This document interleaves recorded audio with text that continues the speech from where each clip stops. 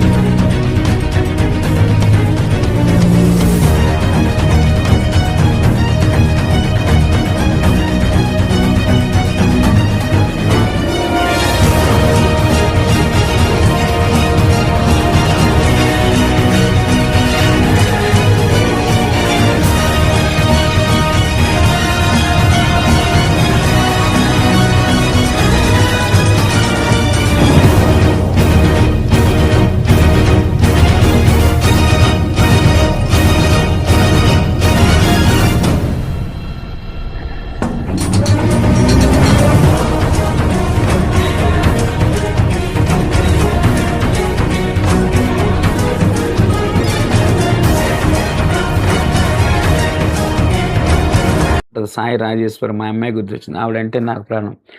నేను 5 సంవత్సరాలు ఉండగా మా నాన్న చనిపోయాడు.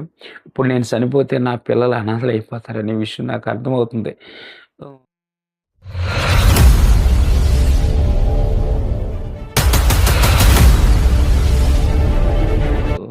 నేను ఇంత ఇబ్బంది పడుతున్నాను. మీరేదన్నా కొంచెం నాకు అప్పు ఇప్పించండంటే, ఆయన నీకెంత కావాలో అంత ఇప్పిస్తాను. నువ్వు పట్టుకున్న బైబిల్ విడిచిపెట్టి రమ్మన్నాడు. నన్నెలా బలపరిచేదండి. డాడీ ఏం బాధపడకు, ఎండిన ఎముకలను సైన్యంగా మార్చాడు మన దేవుడు. సమాధిలో ఉన్న లాజరులను లేపాడు. మన దేవుడు గొప్పవాడు డాడీ. ప్రేయర్ చేసుకుందాం. ఒకటే ప్రార్థన చేశాం. ప్రభా నన్ను స్వస్థపరిస్తే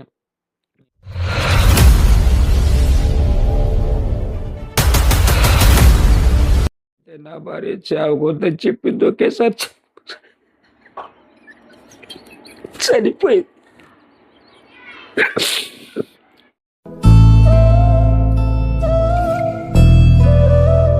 మన ప్రభువును రక్షకుడైన యేసుక్రీస్తు వారి శ్రేష్టమైన నామములో మీ అందరికీ వందనాలండి. అలాగే ఈ అవకాశం ఇచ్చిన బ్రదర్ గారికి, కార్తికేయ క్రియేషన్స్ ఈ ఛానల్ వారికి నా ప్రత్యేకమైన వందనాలు. చాలా సంతోషం మరొకసారి ఈ యూట్యూబ్ ఛానల్ ద్వారా మీ ముందుకు రావడానికి యేసయ్య నాకు ఇచ్చిన ధన్యాన్ని బట్టి ఆ దేవాది దేవుడి కృతజ్ఞతలు. మీ అందరికీ వందనాలు. మీరు చాలా ఛానల్స్లో చూశారు, మళ్ళీ ఏంటని అనుకోవచ్చు. దేవుడి ఆత్మ ద్వారా బ్రదర్ ఇక్కడికి రావటం, నాకు కిడ్నీ ఆపరేషన్ అయ్యి ఒక 3 నెలలు ఎక్కడికి వెళ్ళకుండా ఇంట్లోనే ఉండమన్నారు. అలాగే బైబిల్ చదువుకుంటాం, ప్రేయర్ చేసుకుంటాం, ఏంటి ఇంట్లోనే కాలం గడుపుతున్నాను అని అనుకునే సమయంలో బ్రదర్ రావటం అనేది నాకు చాలా సంతోషం. ఇది దైవ చిత్తమని నేను నమ్ముతున్నాను. అందుకే బ్రదర్ రండి, ఖచ్చితంగా సాక్ష్యం ఇద్దామని అనటం, ఆయన రావటం. ఆయన అంత దూరం నుంచి ఎక్కడో సిలకలూరిపేట నుంచి ఇక్కడికి వచ్చినందుకు బ్రదర్కి మరొకసారి వందనాలు, కృతజ్ఞతలు. నా పేరు మారిశెట్టి లక్ష్మణరావు, మీ అందరికీ తెలుసు. అయితే మా తల్లిదండ్రులకు 4 సంతానంలో నేను రెండోవాడిని. 5 సంవత్సరం వయసులోనే నాన్నగారు చనిపోయిన కారణం చేస్తా మమ్మల్ని అమ్మమ్మ తాతయ్యని పెంచారు. మాది స్వగ్రామం వచ్చి కొవ్వూరు పక్కన ఆరికిరావులని చిన్న కుగ్రామం. అయితే అమ్మమ్మ తాతయ్య ఔరంగాబాద్ అని ఒక పల్లెటూరు గ్రామం తీసుకొచ్చినప్పుడు అందరినీ చదివించారు, కానీ నేను చదువు మీద పెద్దగా శ్రద్ధ చూపించట్లేని కారణం చేస్తా ఒక రైతు దగ్గర పాలికాపుగా నన్ను పెట్టడం, అలా పశువులు కాస్తున్న నన్ను మా పెద్దమ్మ గారు కుమారుడు బొల్ల వెంకటేశ్వరరావు అని విజయవాడ 3D క్యాంటీన్ ఇప్పటికీ బస్ స్టాండ్లో ఉంది, మీరు ఎప్పుడైనా చూడవచ్చు. అక్కడ సూపర్వైజర్గా పనిచేస్తారు ఇప్పుడైనా. ఆయన రావటం, అయ్యో చిన్నతనంలోనే తండ్రిని కోల్పోయాడు, తల్లి ఉన్న మా అమ్మగారు వేరే మ్యారేజ్ చేసుకుని వెళ్ళిపోవడం కారణం అమ్మమ్మ తాతయ్య పెంచడం. సరే నిన్ను బెజవాడ తీసుకెళ్ళి నాన్న ఒక మంచి భవిష్యత్తు చూపిస్తాను వస్తావంటే, అన్నయ్య అలాగనేసరికి నేను వస్తానన్నాను. అప్పట్లో సున్నం బట్టీల సెంటర్లో నవోదయ టీ స్టాల్ అని ఉండేది, అక్కడ తీసుకెళ్ళి నేను ఆ పని తప్ప ఏమీ చేయలేను ఆ వయసులో. అందుకని ఒక కాఫీ హోటల్లో ప్లేట్లు కడిగే పనిలో పెట్టాడు. అది ఎలాగుండేదంటే ఉదయం 4 గంటలకు డ్యూటీకి లేపుతారు, రాత్రి 9 గంటల వరకు డ్యూటీ చేయటం వల్ల ఈ ప్లేట్లు గ్లాసులు కడగటమే నా పని, క్లీనింగ్ అనమాట. ఈ చేతులు కాళ్ళు మొత్తం ఎర్రగా సింధూరాలు అయిపోయి రాత్రిపూట నిద్ర పట్టేది కాదు. మా సీనియర్స్‌ని అడిగితే పసుపు, నిమ్మకాయ రాసుకోమని. మీకు పసుపు, నిమ్మకాయ రాస్తే విపరీతమైన మంటొచ్చేద్దనమాట. రాత్రిపూట నిద్ర పట్టక ఏడుస్తుంటే, "ఎందుకురా మాతో రా" అని అలా తీసుకెళ్ళి తాగుడు అలవాటు చేసేసారు. హ్మ్. అక్కడికెళ్ళిన తర్వాత అక్కడి నుంచి నేను వచ్చేయొచ్చు. ఇంకా ఈ తాగుడుకి అలవాటు పడిపోయి, సినిమాలకు అలవాటు పడిపోయి, అన్ని అలవాట్లయిపోయినాయి. ఒక 20 సంవత్సరాల వయసొచ్చినప్పుడు ఔరంగాబాద్ అనే గ్రామం మా స్వగ్రామం వచ్చినప్పుడు అమ్మమ్మ, తాతయ్య వివాహం చేస్తే ఒక పనయిపోద్దనుకున్నారు. అయితే ఈ ప్లేట్లు, గ్లాసులు కడుగుతున్నాం హోటల్‌లో అని చెప్పి పిల్లనిస్తానికి ముందు రాలేదు. అదే సమయంలో మచిలీపట్నం దగ్గర పోలవరం అనే ఒక గ్రామం ఉందండి. గూడూరు మండలంలో. అక్కడ రాజులపాటి పాండు అంకమ్మ గారి కుమార్తెనిచ్చి నాకు వివాహం చేశారు. ఎలాగంటే నన్ను విజయవాడ తీసుకెళ్ళిన మా వెంకటేశ్వర అన్నయ్య గారి హ్మ్. ఆళ్ళ అన్నయ్య అదే మా వదిన గారి అన్నయ్య కూతురనమాట అమలేశ్వరి. ఒకే కుమార్తె. నేను చాలా కొంచెం వైట్‌గా ఉండేవాడిని. కుర్రోడు బాగుంటాడు, బుద్ధిమంతుడని వివాహం చేశారు. తర్వాత ఆమెని చాలా బాధలు పెట్టాను. పెళ్ళయిన తర్వాత మేము విజయవాడ సున్నం బట్టీల సెంటర్ నుంచి వివాహం అయ్యేసరికి పూర్ణానందంపేట వచ్చేసాం. అప్పుడు నవోదయ టీ స్టాల్ కానించి నవతా ఫుడ్స్ అని, తర్వాత బస్ స్టాండ్ దగ్గర శ్రీ టిఫిన్ క్యాంటీన్ అని భాస్కర్‌రావుపేట 17వ డివిజన్‌లో ఉండేదనమాట. ఆ ప్లేట్లు కడిగే స్థితి నుంచి వంట మాస్టర్ స్థాయి అయ్యింది తర్వాత నాకు వివాహం జరగటం, ఒక బాబు, ఒక పాప పుట్టటం. అప్పుడప్పుడు మా అమ్మగారు విజయవాడ వచ్చినప్పుడు యేసు ప్రభువును నమ్ముకోండి అనేది. నేనన్నాను, "నువ్వు ఇప్పుడు చెప్తే చెప్పావు గానీ ఎప్పుడు చెప్పదని." నాకు లోక సంబంధమైన భక్తి నాకంటూ ఉండేది. నేను ఎవరి గురించి విమర్శించి నేను మాట్లాడను. యేసయ్య గొప్పతనం మాత్రమే నేను చెప్తాను. నాకంటూ లోక సంబంధమైనయి ఎన్నో ఉండేవి. మా అమ్మగారొచ్చి యేసు ప్రభువుని నమ్ముకోండి అంటే నేనన్నాను, "ఎన్ని రోజులు బెజవాడలో ఉండాలనుకుంటున్నావు అన్ని రోజులు ఉండు. ఆ కులం తక్కువ దేవుడి గురించి నాకు చెప్పొద్దన్నా." ఆమెకి పాపం చాలా బాధ అయిపోయింది. తెల్లారిగట్ల 3:30కి లెగిసి 2 చేతులు పైకెత్తి కన్నీటితో ప్రార్థన చేస్తుంది. "ప్రభువా నా కుమారుడు నశించిపోతున్నాడు. రక్షించు, రక్షించు ప్రభు." నేను ఉలిక్కిపడి లెగిసాను. ఈవిడికేం నేను 4 గంటలకు డ్యూటీ లేసి తల స్నానం చేసుకొని బొట్టు పెట్టుకొని బుద్ధిమంతుడిలాగా నా డ్యూటీకి నేను వెళ్ళిపోయేవాడిని. ఆవిడ ప్రార్థన నాకు గోల కింద అనిపించింది. ఆపు అన్నాను. అంటే నా భార్య అంది, "ఏమనొద్దండి ఆవిడ భక్తి ఏదో ఆవిడ చేసుకుంటున్నాను." అయితే మా అమ్మగారు నాకు యేసుప్రభువుని పరిచయం చేసింది కానీ నేను పట్టించుకోలేదు. ఎందుకంటే యేసుప్రభు అంటే ఒక విదేశీ మతంగా భావించడం. అయితే నా భక్తి ఎలా ఉండేదంటే సబ్కా మాలిక్ కేక్ అని ఇక్కడ మీకు వీడియోలో కనపడుతుందో లేదో తెలీదు. ఇక్కడ 3 హిందూ, ముస్లిం, క్రిస్టియన్ సబ్కా మాలిక్ ఎంఎల్ఆర్ అంటే మారిశెట్టి లక్ష్మణరావు అనమాట ఇది. ఇలా నా భక్తి నేను చేసుకుంటూ వెళ్ళేవాడిని. అలాగే నేను ప్లేట్లు కడిగే స్థితి నుంచి, వంట మాస్టర్ నుంచి పనులన్నీ నేర్చుకున్నాను. పార్ట్ టైం ఫోటోగ్రఫీ అంటే ఫోటోలు తీయటం అంటే నాకు చాలా ఇష్టం అనమాట. ఫోటోగ్రఫీ చేసేవాడిని. ఆ 17 డివిజన్‌లో వెనకాల పార్క్ అనేది ఫోటోలు తీసేవాడిని. జీవితం సాగుతుంది. అయితే ఉదయం 4 గంటలకే వంట మాస్టర్ అయిన తర్వాత 2 గంటల వరకు వంట మాస్టర్ డ్యూటీ చేసేవాడిని. 2 తర్వాత ఫోటోగ్రఫీ చేసేవాడిని. సాయంత్రం ఫుల్‌గా తాగొచ్చేసేవాడిని అనమాట. ఒక తాగుబోతుగా మారిపోయాను. భార్యకి హింసలు పెట్టేవాడిని. భార్య పిల్లలని నరకం చూపించేసాను. ఒక రోజుని ఈళ్ళకి ఎంత బాధొచ్చేసిందంటే ఈటీవీ 2లో 'నేరాల ఘోరాలని' ఒక క్రైమ్ స్టోరీ ఉండేదండి. అప్పుడొచ్చేది, మరి ఇప్పుడు వస్తుందో లేదో నాకు తెలీదు. ఇది జరిగిన స్టోరీని జరిగినట్టుగానే తీసి కల్పిత పాత్రలు నూతన్ ప్రసాద్ వాయిస్‌తో వచ్చేది బ్యాక్‌గ్రౌండ్. అందులో భర్త బాధలు తట్టుకోలేక భార్య పిల్లలు వేడి వేడి నూనె కాసిపోసి చంపేస్తే, అది మళ్ళీ అలాగ చూపిస్తే మా అబ్బాయి అన్నాను, "నాన్న ఇలాగే చంపేద్దాం దరిద్రం వదిలిపోద్దన్నాడు." మా అబ్బాయే నన్ను చంపేయాలని ఆలోచన కలిగి ఉన్నాడంటే, నా పిల్లల్ని నేను ఎంత హింసించానో, నా భార్యని ఎంత హింసించానో మీరు అర్థం చేసుకోవచ్చు. చాలా బేవర్స్‌గా ఉండేవాడిని. నానా యాతనలు పెట్టేవాడిని. ఎందుకు ఈ విషయాలు చెప్తున్నానంటే తాగటం అనేది గొప్ప విషయం కాదు. ఇలాగే చాలామంది తాగుడు వల్ల కుటుంబాలు చిన్నాభిన్నం అయిపోతున్నాయి. నన్ను నా ప్రభువు మార్చాడు. మీ భర్తలను కూడా మారుస్తారని చెప్పడం కోసమే ఈ మాట నేను చెప్తున్నాను. అయితే వాళ్ళు ప్లాన్ యేసుకున్నారు.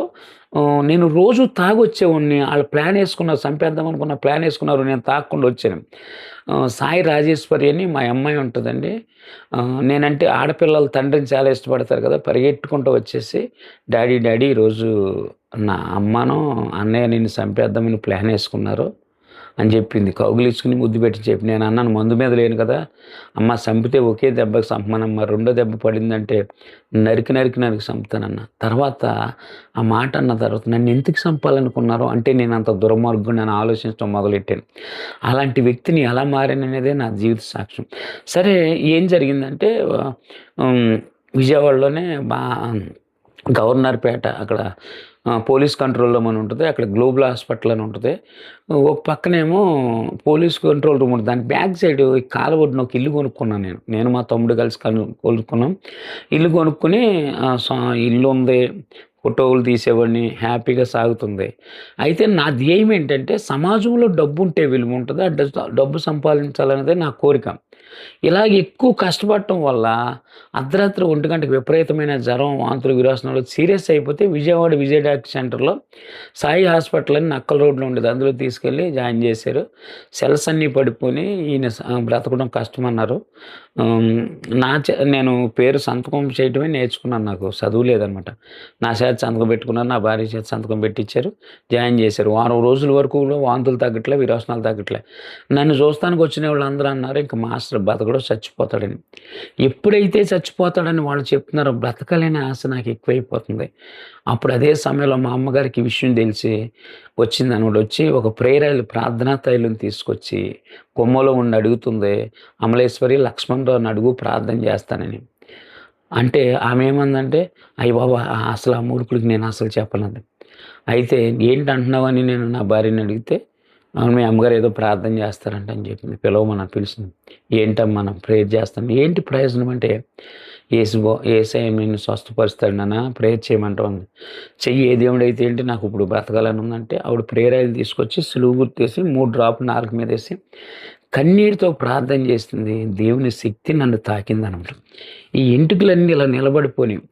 నేను మొట్టమొదటి మాట ఆమేన్ అనగానే నేను అన్నమాట, అమ్మ నీ దేవుడే నా దేవుడు, ఇక నుంచి నేను ప్రభువుని నమ్ముకుంటానన్నాను. ప్రేయర్ చేసిన తర్వాత ఆవిడ రోజు టాబ్లెట్లు ఇస్తున్నారు కానీ వాంతులు, విరోచనాలు తగ్గడానికి అవి కట్టడట్లా. ఆ రోజు ప్రేయర్ చేసిన తర్వాత 2 టాబ్లెట్లు అనమాట వాంతులు తగ్గడానికి, విరోచనాలు ఇచ్చారు. కట్ అయిపోయి భోజనం పెట్టారు. 3 రోజులు ఇంటికి పంపించారు. పంపించగానే మా అమ్మగారు నాకు ఒక బైబిల్ కొనిచ్చింది. ప్రతి ఆదివారం మందిరానికి మానకుండా వెళ్ళమని. నేనేం తీర్మానం చేసుకున్నాను, నేను తాగుడు మానేస్తాను, సిగరెట్లు మానేస్తాను, ఇంకా అన్నీ చక్కగా ఉంటాను, ఆదివారం మందిరానికి వెళ్తానని. ఇంకా నేను అప్పుడు కుమార్ షర్ట్స్, ప్యాంట్స్ అని కొట్టుకుని తెల్ల బట్టలు వేసుకుని మందిరానికి వెళ్తాం మొదలుపోయి అందరిలో ఆశ్చర్యం వేసేసింది. ఏంటి నిరీక్షణ వల్ల, అదే లక్ష్మణరావులో ఇంత మార్పు వచ్చింది. అలాగే ఆధ్యాత్మికంగా ఎదుగుతున్న సమయంలో ఈ రోడ్లు విస్తరణ అంటే ఈ కాలువలో క్లీన్ అండ్ గ్రీన్ అని ఇప్పుడు రోడ్లు పెంచడానికి రోడ్లు పక్కన ఉన్నాయి తీసేస్తారు కదా! ఆ టైంలోనే మా స ఏం జరిగిందంటే ఆధ్యాత్మికంగా ఎదుగుతున్నాను. మా మా క్యాంటీన్‌లో ఉన్న వ్యక్తులకి ఎవరికైనా అప్పులు కావాలంటే పెద్ద మాస్టర్ గారు చెప్తేనే ఇస్తాను. అనపర్తి నుంచి, కనిగిరి నుంచి రెడ్డి గారులు వచ్చి అప్పులు ఇస్తా ఉండేవాళ్ళు. రోజువారీని 9,000 ఇస్తే 10,000 కట్టించుకునేవాళ్ళు. 10,000 ఇస్తే ఏదో 12,000 లెక్క ఉంటది. నాకోసారి ఒక అవసరం వచ్చి ఒక 10,000 నేను రోజువారీ తీసుకున్నా. అది కరెక్ట్‌గా 100 రోజుల్లో కట్టేస్తే మళ్ళీ తీసుకొచ్చారు 10,000. నాకు అవసరం లేదంటే, మాస్టర్ గారు మీ ఖాతా బాగుందన్నారు. నాకు వద్దన్న. ఈలోపు అట్టి మాస్టర్ వచ్చి, మాస్టర్ నాకు చెప్పండి అన్నాడు. నేను చెప్పాను. అలాగా ఒకళ్ళ తర్వాత ఒకళ్ళు ఒక 1,50,000 వరకు నేను మధ్యవర్తిగా ఉండి, ఈ స్వీట్లు కొనేవాళ్ళకి, అప్పులు ఇచ్చినోళ్ళకి మధ్యవర్తిగా ఉండి అప్పులు ఇప్పించేసాను. సరే, నేను దేవుళ్ళో బాగా ఎదుగుతున్న సమయంలో ఈ దానియేలు పద్మారావు గారని ఫిల్దెల్ఫియా గాస్పల్ చర్చ్ అని సింగనగర్‌లో ఉంటది. వాళ్ళది ఈ fire station back side branch church ఉండేది. అక్కడ అబ్రహాం గారని నడిపిస్తున్నారు. నిరీక్షణ, నువ్వు బాగా దేవుడిలో ఉంటున్నావు, బాప్తీసం తీసుకోమంటే సరే అన్నాను. బాప్తీసానికి సిద్ధపడ్డాను. అయితే నేను ఈ మాట దేవుడి మహిమార్థం చెప్తున్నాను.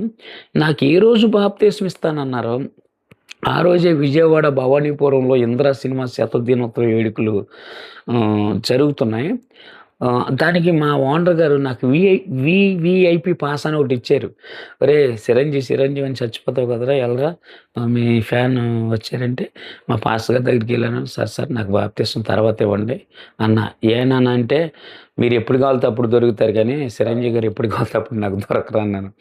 అప్పుడు ఆయన కూర్చోబెట్టి తల అంటేసి మొత్తం మొత్తం మీద బాప్తిస్మం ఇచ్చారు. ఎందుకు ఈ విషయం అంటే చాలామంది సినీ ఆకర్షణ వల్ల ప్రభువునే దూరం చేసుకున్న సందర్భాలను ఇది ఎక్కడ చెప్పలేదు. నేను ఈ ఛానల్‌లో మాత్రమే చెప్తున్నాను. అయితే కూర్చోబెట్టి క్లాస్ ఇచ్చారు. హెబ్రీయులకు రాసిన పత్రిక 11 అధ్యాయం 24 వచనం ఐగుప్తు ధనము కంటే క్రీస్తు యేసుని ఎంతో గొప్ప భాగ్యమైన అల్పకాల పాపభోగముల గురించి అనే వాక్యం చెప్తూ మొత్తం మీద నాకు ఆ రోజు బాప్తిస్మం ఇచ్చారు. నా దురదృష్టం ఏంటంటే వీళ్ళ బాప్తిస్మం ఇచ్చిన 15 నెల రోజులకి ఈ క్లీన్ అండ్ గ్రీన్ అనే కార్యక్రమం విజయవాడ మున్సిపాలిటీ కార్పొరేషన్‌లో అప్పుడు జరిగిందనమాట. మా క్యాంటీన్ తీసేశారు. మేము కాలువొడ్డున ఉన్న ఇల్లులు తొలగించేశారు. అప్పుడు అందరం రోడ్డు మీద పడిపోయాం. 70 మంది వర్కర్స్ ఉండేవాళ్ళమండి. ఆ క్యాంటీన్‌లో అందరూ రోడ్డు మీద పడిపోయాం. అప్పుడు ఒక సిస్టర్ గారి దగ్గరికెళ్ళి శశికళ గారు అని ఉంటారు. "మీరు ప్రభువుని నమ్ముకున్నారు, నేను ప్రభువుని నమ్ముకున్నాను. నాకు మాత్రం ఇన్ని ఇబ్బందులు ఎందుకు వస్తున్నాయంటే" అప్పుడు సామెతల గ్రంథం 24 అధ్యాయం 10 వచనం చూపించి, "శ్రమ దినమున నువ్వు కిందని వెళ్ళ శాతకనుడు వద్దు" అని బైబిల్‌లో ఉంది. బ్రదరు మీరేమి ఇబ్బంది పడకండి. దేవుడు గొప్పోడు. యోబు గ్రంథం 34:10లో ఏముంది? విజ్ఞానం గల మనుషులారా ఆలకించండి. దేవుడు అన్యాయం చేయడని ఉంది అని ప్రేయర్ చేసింది.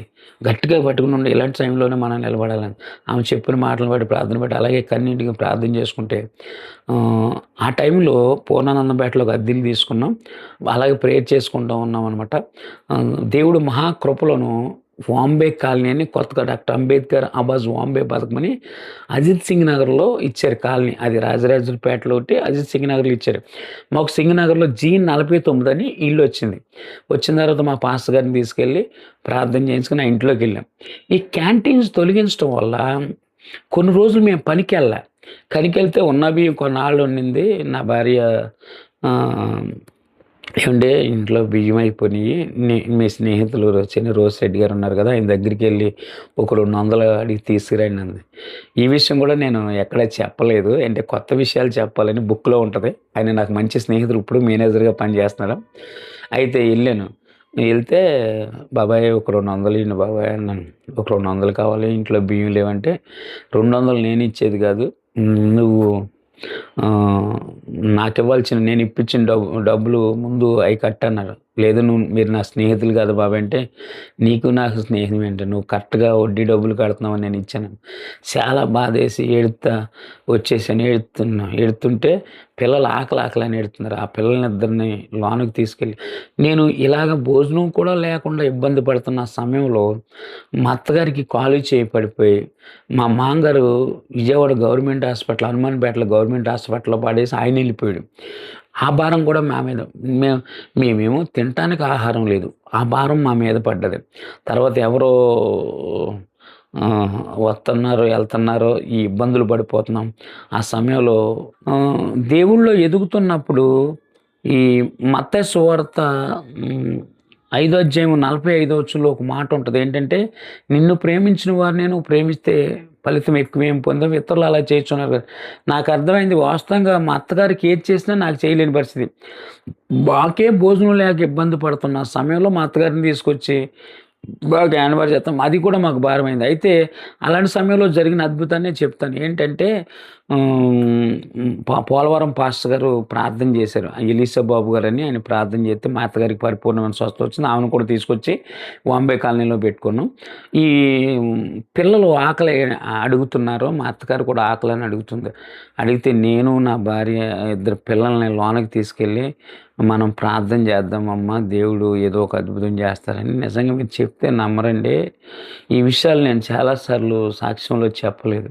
మోకలేసి కన్నీటితో, ప్రభా ఏలియాకి కాకులతో ఆహారం మీరు పెట్టారని మేము బైబిల్లో చదువుకున్నాం ప్రభా, మాకు భోజనం కావాలని కుమ్ములి ఏడ్చాము. నిజంగాను బైబిల్లో మాట ఉంటుంది, నువ్వు నాకు మొరపెట్టు నేను ఆమెన్ అన్నాం. నేను నా పిల్లల చేత మోకలించాను, నా భార్య చేత మోకలించాను. బియ్యం లేవు. నా భార్య మా అత్తగారు ప్రార్థన ద్వారా స్వస్థత వచ్చిందని నా భార్యలో ఒక నమ్మకం వచ్చింది కనుక ఆవిడ కూడా మోకలేసింది. ఆమేననేలోపు మేము ప్రార్థన చేసి ఆమేననేలోపు మా పక్కన పైడమ్మ గారు అనే ఒక ఆమె 2 పార్సెల్ మీల్స్ తీసుకుని డోర్ కొడుతుంది. దేవుడికి మహిమ కలిగింది గాక. నా భార్య ఎళ్లి తలుపు తీసింది. తీయగానే ఏంటంటే, "ఏవండీ నేను పని చేస్తున్నా అక్కడ భోజనం ఇచ్చారండి. ఎవరికి ఇవ్వాలని ఆలోచిస్తుంటే ఎందుకో మీకు ఇవ్వాలనిపించిందని" ఆ మీల్స్ తీసుకొచ్చి నా చేతిలో పెట్టగానే నాకొక సందర్భం గుర్తొచ్చింది. నేను ప్రభువుని నమ్ముకున్న కొత్త రోజుల్లో ఈ కొవ్వూరు దగ్గర వాడపల్లి అనే గ్రామంలో ఎస్కే మార్గర్ అనే ఒక పాస్టర్ గారు తను ఒక సాక్ష్యం చెప్తున్నారు. ఒక ప్రార్థనా కూడుకులు ఏమనంటే, నా పిల్లలు ఆకలని ఏడుస్తున్నారు. మా మా అబ్బాయి ఆకలని ఏడుస్తున్నాడు. 2 ఇడ్లీ కొనటానికి కూడా ఒక పావలా లేక, అప్పట్లో పావలాకు 2 ఇడ్లీ అనమాట లేక బైబిల్ అంతా ఎతుక్కున్నాను. పావలా దొరకలేదు. మోకాలేసి మా అబ్బాయిని తీసుకెళ్ళి మోకాలేసి ప్రార్థన చేయించాను. ఆమెనేలోపు ఒక ఆవిడ ఇడ్లీని, పాలు తీసుకొచ్చి ఇచ్చిందని కన్నీటితో సాక్ష్యం చెప్తుంటే నేను భలే కట్టుకథలు అల్లుతున్నాడు ఈ పాస్టర్ గారు. ఈయన ప్రార్థన చేశాడంటే ఇడ్లీ వచ్చేసిందండి అని చెప్పి ఎగతాళి చేశాను. ఆ పక్కన మా అమ్మగారు ఉన్నారు. ఆమె అందే, "నాన్న మార్క్ గారు చాలా ఇబ్బందులు పడ్డాడు. తన జీవితంలో యథార్థంగా జరిగిన సంఘటన" అని చెప్పారు. చెప్పింది మా అమ్మ. ఆ మాట నా భార్య తీసుకొచ్చి పార్సల్ మీద చేతిలో పెట్టగానే అది గుర్తొచ్చింది. అయ్యో, నేను ప్రేయర్ చేస్తే నాకు భోజనం తీసుకొచ్చినట్టే ఆ మార్కయ్య గారు కూడా తీసుకొచ్చావని చెప్పి దేవుని స్తుతించాను. కానీ ఒక్కరోజే రాలేదండి ఆ మీల్స్. రోజు ప్రార్థన చేయటం, ఆ భోజనం మొత్తం రోజు ప్రార్థన చేయటం, 30 రోజులు, మినిమం 30 రోజులు ఆ భోజనం అలాగే రెండు మీల్స్ తీసుకొచ్చి ఇచ్చేదాడు. ఈ ఈ తర్వాత ఆ మీల్స్ ఎలాగిచ్చేవాడంటే, అప్పట్లో ఎలక్షన్ జరుగుతుందండి. ఎలక్షన్ కోడ్ రిలీజ్ అయిపోతుందని, ఇంకా నెల రోజులే టైం ఉందని ఈ ఆఫీసర్లందరికీ ఈ గవర్నమెంట్ సప్లై చేస్తున్న మీల్స్ అక్కడ ఈమె పని చేస్తుంది. రేషన్ కార్డులు ఇస్తున్నారు. కొత్తగా రేషన్ కార్డులు ఇస్తున్నారు. అది 2005 అనుకుంటా ఆ సమయంలో. ఈ రేషన్ కార్డులు ఇవ్వటం వల్ల అక్కడ పని చేస్తుంటే ఆ మీల్స్ మిగిలిపోతే ఈవిడికి ఇస్తున్నారంటే ఈవిడ తీసుకొచ్చి నాకు ఇస్తుంది. ఇది అయిపోయింది. ఎలక్షన్ కోడ్ వచ్చేసింది. భోజనం ఆగిపోయింది. తర్వాత ఏం జరిగిందంటే, మేమున్న ఏరియా బుడమేరు పొంగిపోయింది. ఈ మధ్య కాలంలో పొంగింది కాకుండా 20 సంవత్సరాల క్రితం కూడా అది బుడమేరు పొంగిపోయి నీళ్ళు వచ్చేసి మా కాలనీ అంతా మునిగిపోయింది. మునిగిపోతే గవర్నమెంట్ వారి ద్వారా, మున్సిపాలిటీ వారి ద్వారా బిర్యానీ పొట్లాలని, పులిహోర పొట్లాలని అలాగే కొన్నాళ్ళ వాళ్ళు తెచ్చారు. తర్వాత వాటర్ లాగేసిన తర్వాత ₹750 క్యాష్, 20 కిలోలు బియ్యం ఇచ్చారు. తర్వాత అన్నీ అయిపోయిన తర్వాత మళ్ళీ పిల్లల్ని తీసుకెళ్ళి గవర్నమెంట్ స్కూల్ పైపుల్ రోడ్లో ఎక్కడో స్కూల్లో జాయిన్ చేసాం. ఇంకా ఏం జరిగిందంటే, ఆ బియ్యం అవి వండుకుంటున్నాం, తింటున్నాం. ఈలోపు నేను విజయవాడలో సిల్లీ క్యాంటీన్లో ఉన్నప్పుడు ₹150,000 అప్పులు ఇప్పించేసాను అందరికీ. నేను 10,000 అవసరం ఉండి తీసుకుని కట్టెత్తే ఆ టైంలో వచ్చి మాకు కూడా ఇప్పించండి మాస్టర్ గారు అంటే మధ్యవర్తిగా ఉండి అందరికి ఇప్పించేసాను. వాళ్ళందరూ కట్టిన వాళ్ళందరూ ఈ సిల్లీ క్యాంటీన్ తీసేసిన తర్వాత హోటల్ దగ్గరికి వెళ్తే ఎవరూ లేరు. లక్ష్మణరావు ఇప్పించిన మాస్టర్ గారు ఎక్కడ ఉన్నారంటే వాంబే కాలనీలో ఉన్నారు. తీసుకొచ్చి చూపించేసారు. వాళ్ళు డబ్బులు కట్టమంటే యాక్చువల్ పెడుతున్నారు. అదే సమయంలో ఈ ఈ ఈ స్పందన అని ఉండేదండి. ఆ స్పందన వాళ్ళ దగ్గర కూడా మేము డబ్బులు తీసుకుంటాం వల్ల 10 మంది కలిసి వాళ్ళు ఉంటారు. ఆ 10 మంది స్త్రీలు అదే నా భార్యతో 10 మంది వచ్చి ఏమంటే లీడర్ గారు రమ్మంటున్నారని ఆవిడ క్లాస్కి పిలుస్తున్నారు. నా పిల్లలేమో స్కూల్కి వెళ్ళిపోయారు. నేను ఒక్కడే ఉన్నా. 24 గంటల్లో మీరు డబ్బులు కట్టాలని ఒత్తిడి చేస్తున్నారనమాట. ఇంక ఈ బాధ అలా చాలా కోప్పడిపోయి, నాకు చాలా కోపం ఎక్కువ. రేపు విడానికల్లా మీ డబ్బులు మీకు ఇచ్చేస్తాను, వెళ్ళిపోండి అని చెప్పేసి వాళ్ళని పంపించేసిన తర్వాత అసలు వాళ్ళు వచ్చేదానికి చనిపోదామని ఎలాగోలా ప్లాన్ చేసి పాయిజన్ ట్యాబ్లెట్లు 12 ట్యాబ్లెట్లు సంపాదించాను. చూడండి, ఆ ట్యాబ్లెట్లు పంపించి ఓపెన్ చేసి చనిపోదాం అనుకునే సమయంలో మా అక్క మట్ట మంగళలక్ష్మి అని ఉంటుంది. ఆవిడ డోర్ కొడుతుంది. టప డోర్ కొడుతుంది. ట్యాబ్లెట్లను ఓపెన్ చేస్తున్నా డోర్ కొడుతుంది. తీసాను. చాలా సింపుల్ జుట్టుగా చెక్క కోపంగా ఉందన్నమాట. మీ ఆవిడ ఎదురంది. అక్క ఇలా స్పందన వాళ్ళు తీసుకెళ్ళారు. సరే ఆ గొడవ నాకెందుకు, కానీ నాకు 15,000 ఇవ్వాలి, ఇప్పుడు ఇస్తామంది. అక్క డబ్బులు లేకే కదా ఈ ట్యాబ్లెట్లు వేసి చనిపోదాం అనుకుంటున్నానంటే, నువ్వు ఫ్యాన్ కురేసుకుంటావో, ఏంటి రూమ్ తాగుతావు, రైలు పట్టాల కింద పడతావు, నాకు అనవసరం, డబ్బులు ఇచ్చి చచ్చిపోంది. అక్క ఇప్పుడే ఉండు, నేను ఇప్పుడే వస్తానని చెప్పి చాలా కోపంతో వెళ్ళి రైలు పట్టాల మీద పడుకున్నాను. ఆ పడుకున్న వాడిని ఒక క్వార్టర్ 90 తాగేసి పడుకుంటే చనిపోయి ఉండేవాడిని. ఇక్కడ ఉండేవాడిని కాదు. కోపం మీద వెళ్ళి పడుకున్నాను. పడుకున్న తర్వాత ట్రైన్ ఎటు వస్తుందో నేను అటు చూడకూడదు. ట్రైన్ వస్తున్నా ఏపు చూస్తున్నాను. టప టప టప టప టప టప సౌండ్ వచ్చేస్తుంది. ఈ ఈ దీని పట్టాల మీద పెట్టాను కదా! ఆ దడకి భయమేసి టక్కన పట్టాల నుంచి బయటకొచ్చేసాను. వచ్చేసి పరిగెట్టి ఇంటికొచ్చేసరికి మా అక్క "డబ్బులెయ్యిరా" అంది. డబ్బులు గిబ్బులు అడిగా ఉంటే చంపేస్తాను ఎళ్ళని చెప్పి చాలా కోప్పడిపోయాను. ఆవిడేంటంటే మా బావకిను, మా అక్కకి గొడవయింది. గొడవైతే "మీ తమ్ముడి దగ్గర 15,000 తెత్తేనే కాపురం లేతే కాపురం లేదని" చెప్పి ఆవిడని చితక్కొట్టేసి పొద్దున్న 6 గంటలకు ప్యాసింజరు ఇచ్చి పంపించాడు. డబ్బుల కోసమని వచ్చింది. ఏడుస్తూ వచ్చింది. నా పరిస్థితి ఆమెకు తెలీదు. ఆమె పరిస్థితి ఆమెది. ఆవిడ తిట్టుకుంటూ పోయింది. తలుపేసేసాను.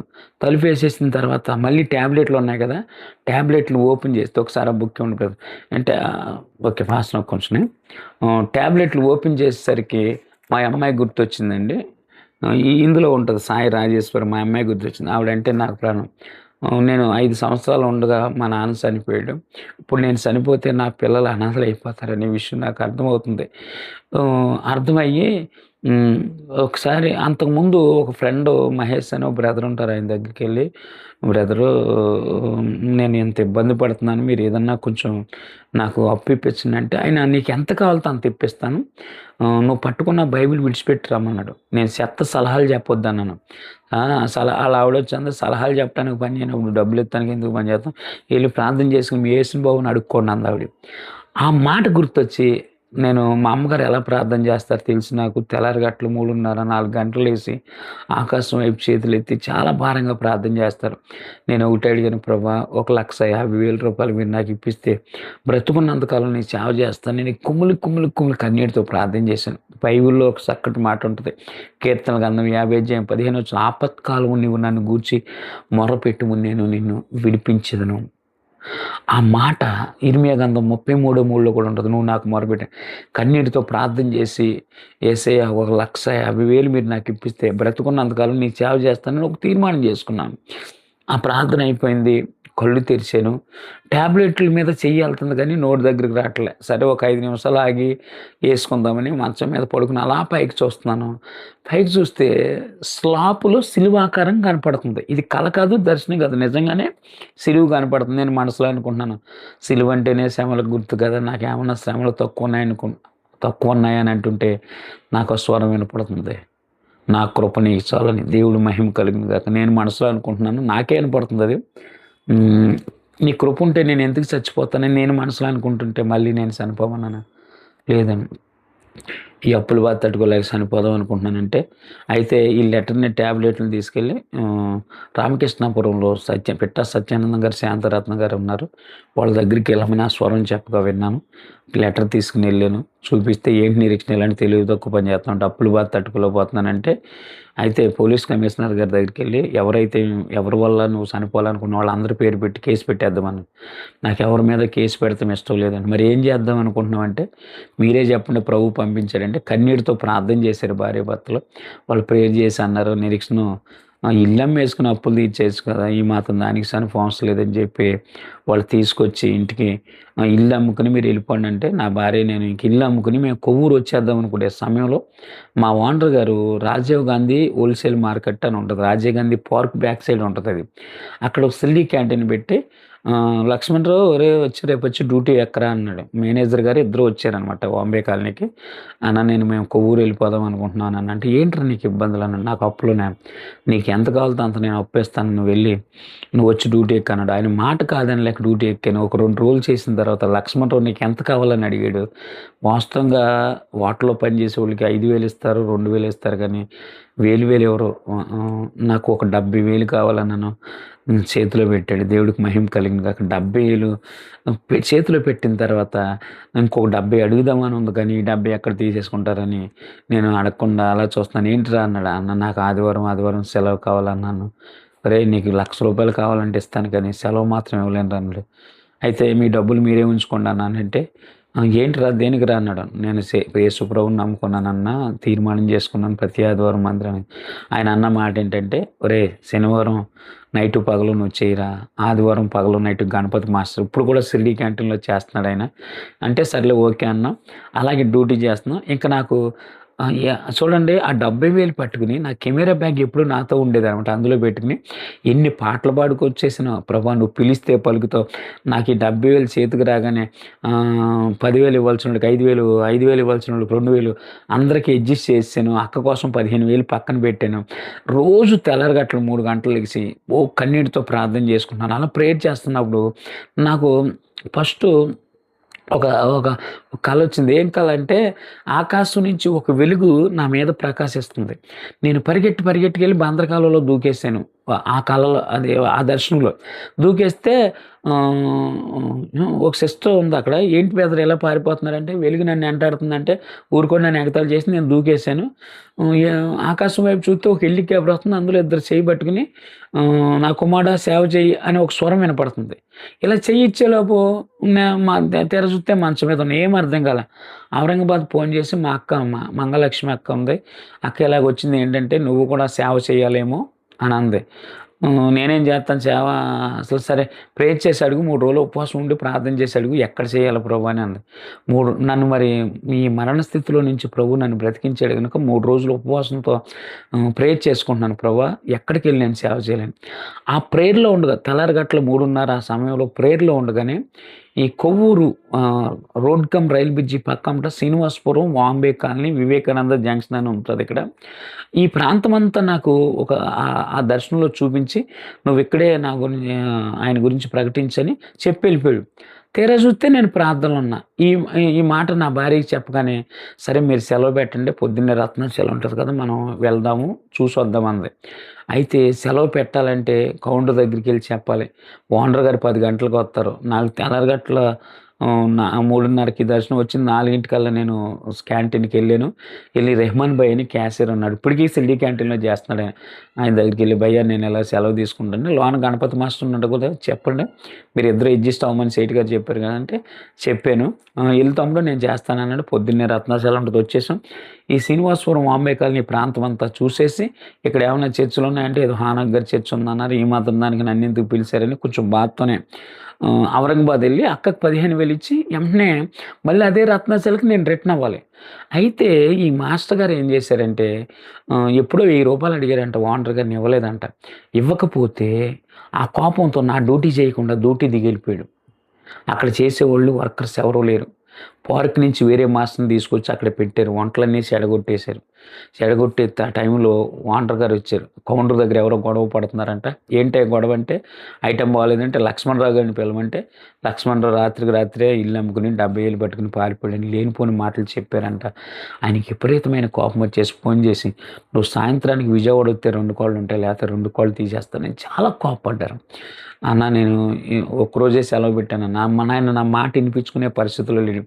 సరే ఫోన్ పెట్టేసి నా భార్యతో, "అన్న నేను విజయవాడ వస్తే నన్ను సేటు గారు బతకనివ్వరు, నువ్వు వెళ్ళి విజయవాడ వెళ్ళి ఇల్లు అమ్మేసి అప్పు తీర్చేసేయి, నేను ఇంక రానని" చెప్పా. అదే సమయంలో వైజాగ్‌లో రామకృష్ణ గారని ఒక ఓనర్ గారు ఉన్నారు. అక్కడ నా ఫ్రెండ్ వీరాస్వామి అని టీ మాస్టర్‌గా పనిచేస్తున్నాడు. అక్కడ వేరే మాస్టర్ కావాలని ఎప్పటినుంచో 6 నెలల మట్టి నన్ను అడుగుతున్నాడు రమ్మని. ఆ రోజు కూడా రామకృష్ణ గారు వీరాస్వామి మాస్టర్ గారి చేత ఫోన్ చేసి, "మాస్టర్ నీకు ఎంత కావాలో అంత డబ్బులు ఇస్తాను, మీరు వస్తారా" అన్నారు. నా భార్య విజయవాడ వెళ్ళింది. నేను వైజాగ్ వెళ్ళాను. వైజాగ్ వెళ్ళిన తర్వాత ఏం జరిగిందంటే, ఒక 2 నెలలు పనిచేశాను ద్వారకానగర్ బస్ స్టేషన్‌లో శివరామ ఫాస్ట్ ఫుడ్ అని. అది 5,000 కౌంటర్ వచ్చేదనమాట. మైసూర్ బజ్జీకి నేను చాలా బాగా ఏస్తానని రోజుకి 50 కిలోలు కూడా ఏసాను అక్కడ. మంచి వరకు రోజుకి 500 మందికి వంట చేసేవాడిని విజయవాడలో ఉన్నప్పుడు. వైజాగ్‌లో 50 కిలోలు మైసూర్ బజ్జీ చేసేవాడిని. మంచి టాలెంట్ కలిగిన వ్యక్తిని.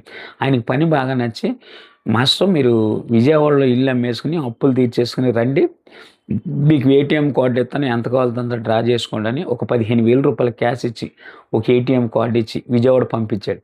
విజయవాడ వెళ్ళి ఇల్లు అమ్మేసుకుని, ఎవరెవరికి ఎంత ఇవ్వాలో బాకీలన్నీ తీర్చేసుకుని, నేను, నా భార్య, 2 పిల్లలు, మా అత్తగారు కూడా మా దగ్గరే ఉండేది. ఆమెను తీసుకుని మేము వైజాగ్ బయలుదేరి వెళ్ళాము. వెళ్తా మధ్యలో కొవ్వూరు ఆగి అక్కోళ్ళ ఇంటికాడ భోంచేసి మళ్ళీ బయలుదేరి వెళ్తుంటే అక్కడ మట్ట అక్కమ్మని మా అమ్మ వాళ్ళ పిన్ని అనమాట. ఆవిడ అప్పటికే గౌడస్‌లో ప్రభువుని నమ్ముకుని పరిశుద్ధాత్మ నిండుకుని, "నిన్ను దేవుడు ఇక్కడ సేవ చేయమని చెప్తే నువ్వు ఎక్కడికి వెళ్తున్నావు" అంటే, "నువ్వెవరు నాకు చెప్పడానికంటే" కాళ్ళు పట్టుకుని బతిమాలింది. నేను అసలు ఆవిడని పట్టించుకోలేదు. వెళ్ళిపోయాం. ఆసిలిమెట్లోకి అద్దెలు తీసుకున్నాం. డ్యూటీ పిల్లల్ని రామనగర్ స్కూల్లో జాయిన్ చేసాం. డ్యూటీ జాయిన్ చేస్తున్నాం. ఒక రోజుని డిసెంబర్ 24 అనుకుంటా మేము కుటుంబ ప్రార్థన చేసుకుంటున్నాం. మా అత్తగారు బిగ్గరగా కేకేసి మీరు ఇక్కడ ఉండొద్దు, సేవకి వెళ్ళిపోండి అని చెప్పి కుప్పకూలిపోయింది. చాలా సీరియస్ అయిపోయింది. ఆ డిసెంబర్ 24 నైట్ కేజీహెచ్ హాస్పిటల్కి తీసుకెళ్తే తెల్లారి చనిపోయిందండి. మేము వెళ్ళిన 4 రోజులు అత్తగారు చనిపోయింది. చనిపోయే ముందు మా అత్తగారు చేతిలో చేసుకుని లక్ష్మణరావు మీరు ఇక్కడ ఉండొద్దు, దేవుని సేవకి వెళ్ళిపోండి అని చెప్పింది. ఔరంగాబాద్లో మా అక్క వాళ్ళ అత్తగారు అక్కమ్మ మట్ట అక్కమ్మ చెప్పింది. అలాగే రాజులపాటి పాండు గారి భార్య అంటే మా అత్తగారు, మా అక్కోళ్ళ అత్తగారి చేత దేవుడు మాట్లాడాడు. మా అత్తగారి చేత దేవుడు మాట్లాడు మీరు వెళ్ళిపోయి కొవ్వూరు సేవ చేయండి అంటే ఆవిడ మాట పట్టించుకోలేదు. సరే ఆ సమాధి కార్యక్రమం అక్కడ ఉన్న మోసేస్ పాస్టర్ గారు చేశారు. ఆవిడ బాప్తీసం తీసుకున్న కార్యక్రమం ఆయనే చేశారు. ఒక 4-5 రోజులు సెలవు పెడితే మా ఓనర్ గారు అన్నారు, నువ్వు పని బాగా చేస్తున్నావు కదా, నీకు నీ చేతికి కార్డు ఇస్తే 50,000 లాగేసావు, అర్జెంటుగా నా బాకీ తీర్చాలి, నీ భార్య క్యాషియర్గా నువ్వు వంట మాస్టర్గా డ్యూటీ ఎక్కమన్నారు. అలా డ్యూటీ ఎక్కావు. 1 సంవత్సరం గడిచింది. మేము స్టార్టింగు వెళ్ళినప్పుడు 5,000 అమ్మే కొట్టు సంవత్సరంలో దగ్గర 30,000 కౌంటర్ వస్తుంది. విపరీతమైన వ్యాపారం పెరిగిపోయింది. నాకు డెంగీ ఫీవర్ వచ్చి ప్లేట్లెట్స్ పడిపోయి నేను హాస్పిటల్లో ఉండి ఒక 4-5 రోజులు సెలవు పెట్టవలసి వచ్చినప్పుడు సెలవు పెడితే మా ఓనర్ గారు అన్నారు, నువ్వు పని బాగా చేస్తున్నావు కదా అని నీకు డబ్బులు ఇస్తే నా కార్డు డబ్బులు ఆడేసి నా డబ్బులు నాకు కట్టేసి వెళ్ళిపో అని చెప్పి చాలా సీరియస్ అయ్యాను. ఆ రాత్రి నేను చాలా ఏడ్చాను, కన్నీటితో ప్రార్థన చేశాను. ప్రభా డబ్బుకే విలువ ఉందో మనిషికి విలువ లేదని. ఆ రాత్రి ఒక దర్శనం చూపించారు ప్రభు. ఏంటంటే ఆ దర్శనం, నేను గోదావరి నదిలో కొట్టుకెళ్ళిపోతున్నాను. ఆ బుక్ నాన్న పెద్ద బుక్ బండ బుక్. రాత్రి ఒక దర్శనం ఏంటంటే నేను గోదావరి నదిలో కొట్టుకుంటూ వెళ్ళిపోతున్నానంట. యేసయ్యని బిగ్గరగా కేకేస్తే చేయి పట్టుకుని నిలబెట్టి నీటి మీద అనేక మంది నశించిపోతున్నారు నా గురించి ప్రకటించని అని చెప్పారు. అదే నా జీవిత సాక్ష్యం బుక్లో ఈ సింబల్గా వేయటం జరిగింది. సరే డిశ్చార్జ్ అయిన తర్వాత మా ఓనర్ గారి దగ్గరికి వెళ్ళి, సార్ నాకు సేవ పిలుపుంది, నేను దేవుడి సేవకి వెళ్ళిపోతాను, నువ్వు ఏం చేసుకుంటే నాకు ఎందుకయ్యా, నాకు ఇవ్వాల్సిన డబ్బులు ఇచ్చే చేసుకోవాలని. మళ్ళీ అప్పు తీర్చలేని పరిస్థితుల్లో మళ్ళీ డ్యూటీలో జాయిన్ అయిపోయాం. 2 సంవత్సరాలు అయిందండి. 2 సంవత్సరాలు అయితే నేను మైసూరు బజ్జీ రోజుకి 50 కిలోలు వేసేవాడిని. నా భార్య క్యాషియర్గా పనిచేస్తుంది. క్యాషియర్గా పనిచేస్తున్నప్పుడు టిఫిన్కి 10 గంటలకు వచ్చేదనమాట. ఆ డ్యూటీ ఎక్కిన కాడి నుంచి 10 వరకు ఖాళీ ఉండేది కదా, విపరీతమైన. మేము శివరామ ఫాస్ట్ ఫుడ్ ముందే కైలాసగిరి వెళ్ళే బస్సు అక్కడ పెట్టేవాళ్ళు. అక్కడ వ్యాపారం విపరీతంగా ఉండేదన్నమాట. ఆ టిఫిన్ చేస్తానికి వచ్చి నేను మైసూరు బజ్జీ ఇలా ఇలా ఇలా ఇలా వేస్తున్నాను, రౌండ్ లాగా బాల్స్ లాగా ఉంటాయి. మీరు ఇప్పుడు కూడా నిరీక్షణ పాలు మార్సెట్ అని కొడితే యూట్యూబ్లో కూడా చూడొచ్చు. అది ఈ మైసూరు బజ్జీ చేసిన సందర్భం కనపడుతుంది. నేను అన్నాను, నా వల్ల ఈ ఓనర్ గారు ఇంత గొప్పవాడు అయ్యాడని. నా భార్య నువ్వు మరీ అంత విరవ ఎక్కువ బజ్జీ వేస్తానికి పని చేయకుండా పోతావు అంది. నిజంగాను ఎప్పుడు మనం టాలెంట్ని పట్టుకుని ఎర్రవేయకూడదండి. ఆవిడ అన్నందుకు కాదు కానీ టాలెంట్ని పట్టుకుని ఎర్రవేయకొద్దు, బజ్జీ వేస్తానికి పని ఉండపోతాం. ఈ మాట అన్న 15 రోజులకి దగ్గు రావటం మొదలైంది. దగ్గు విపరీతమైన దగ్గు వస్తుంది, కఫం పడుతుంది, బ్లడ్ పడుతుంది.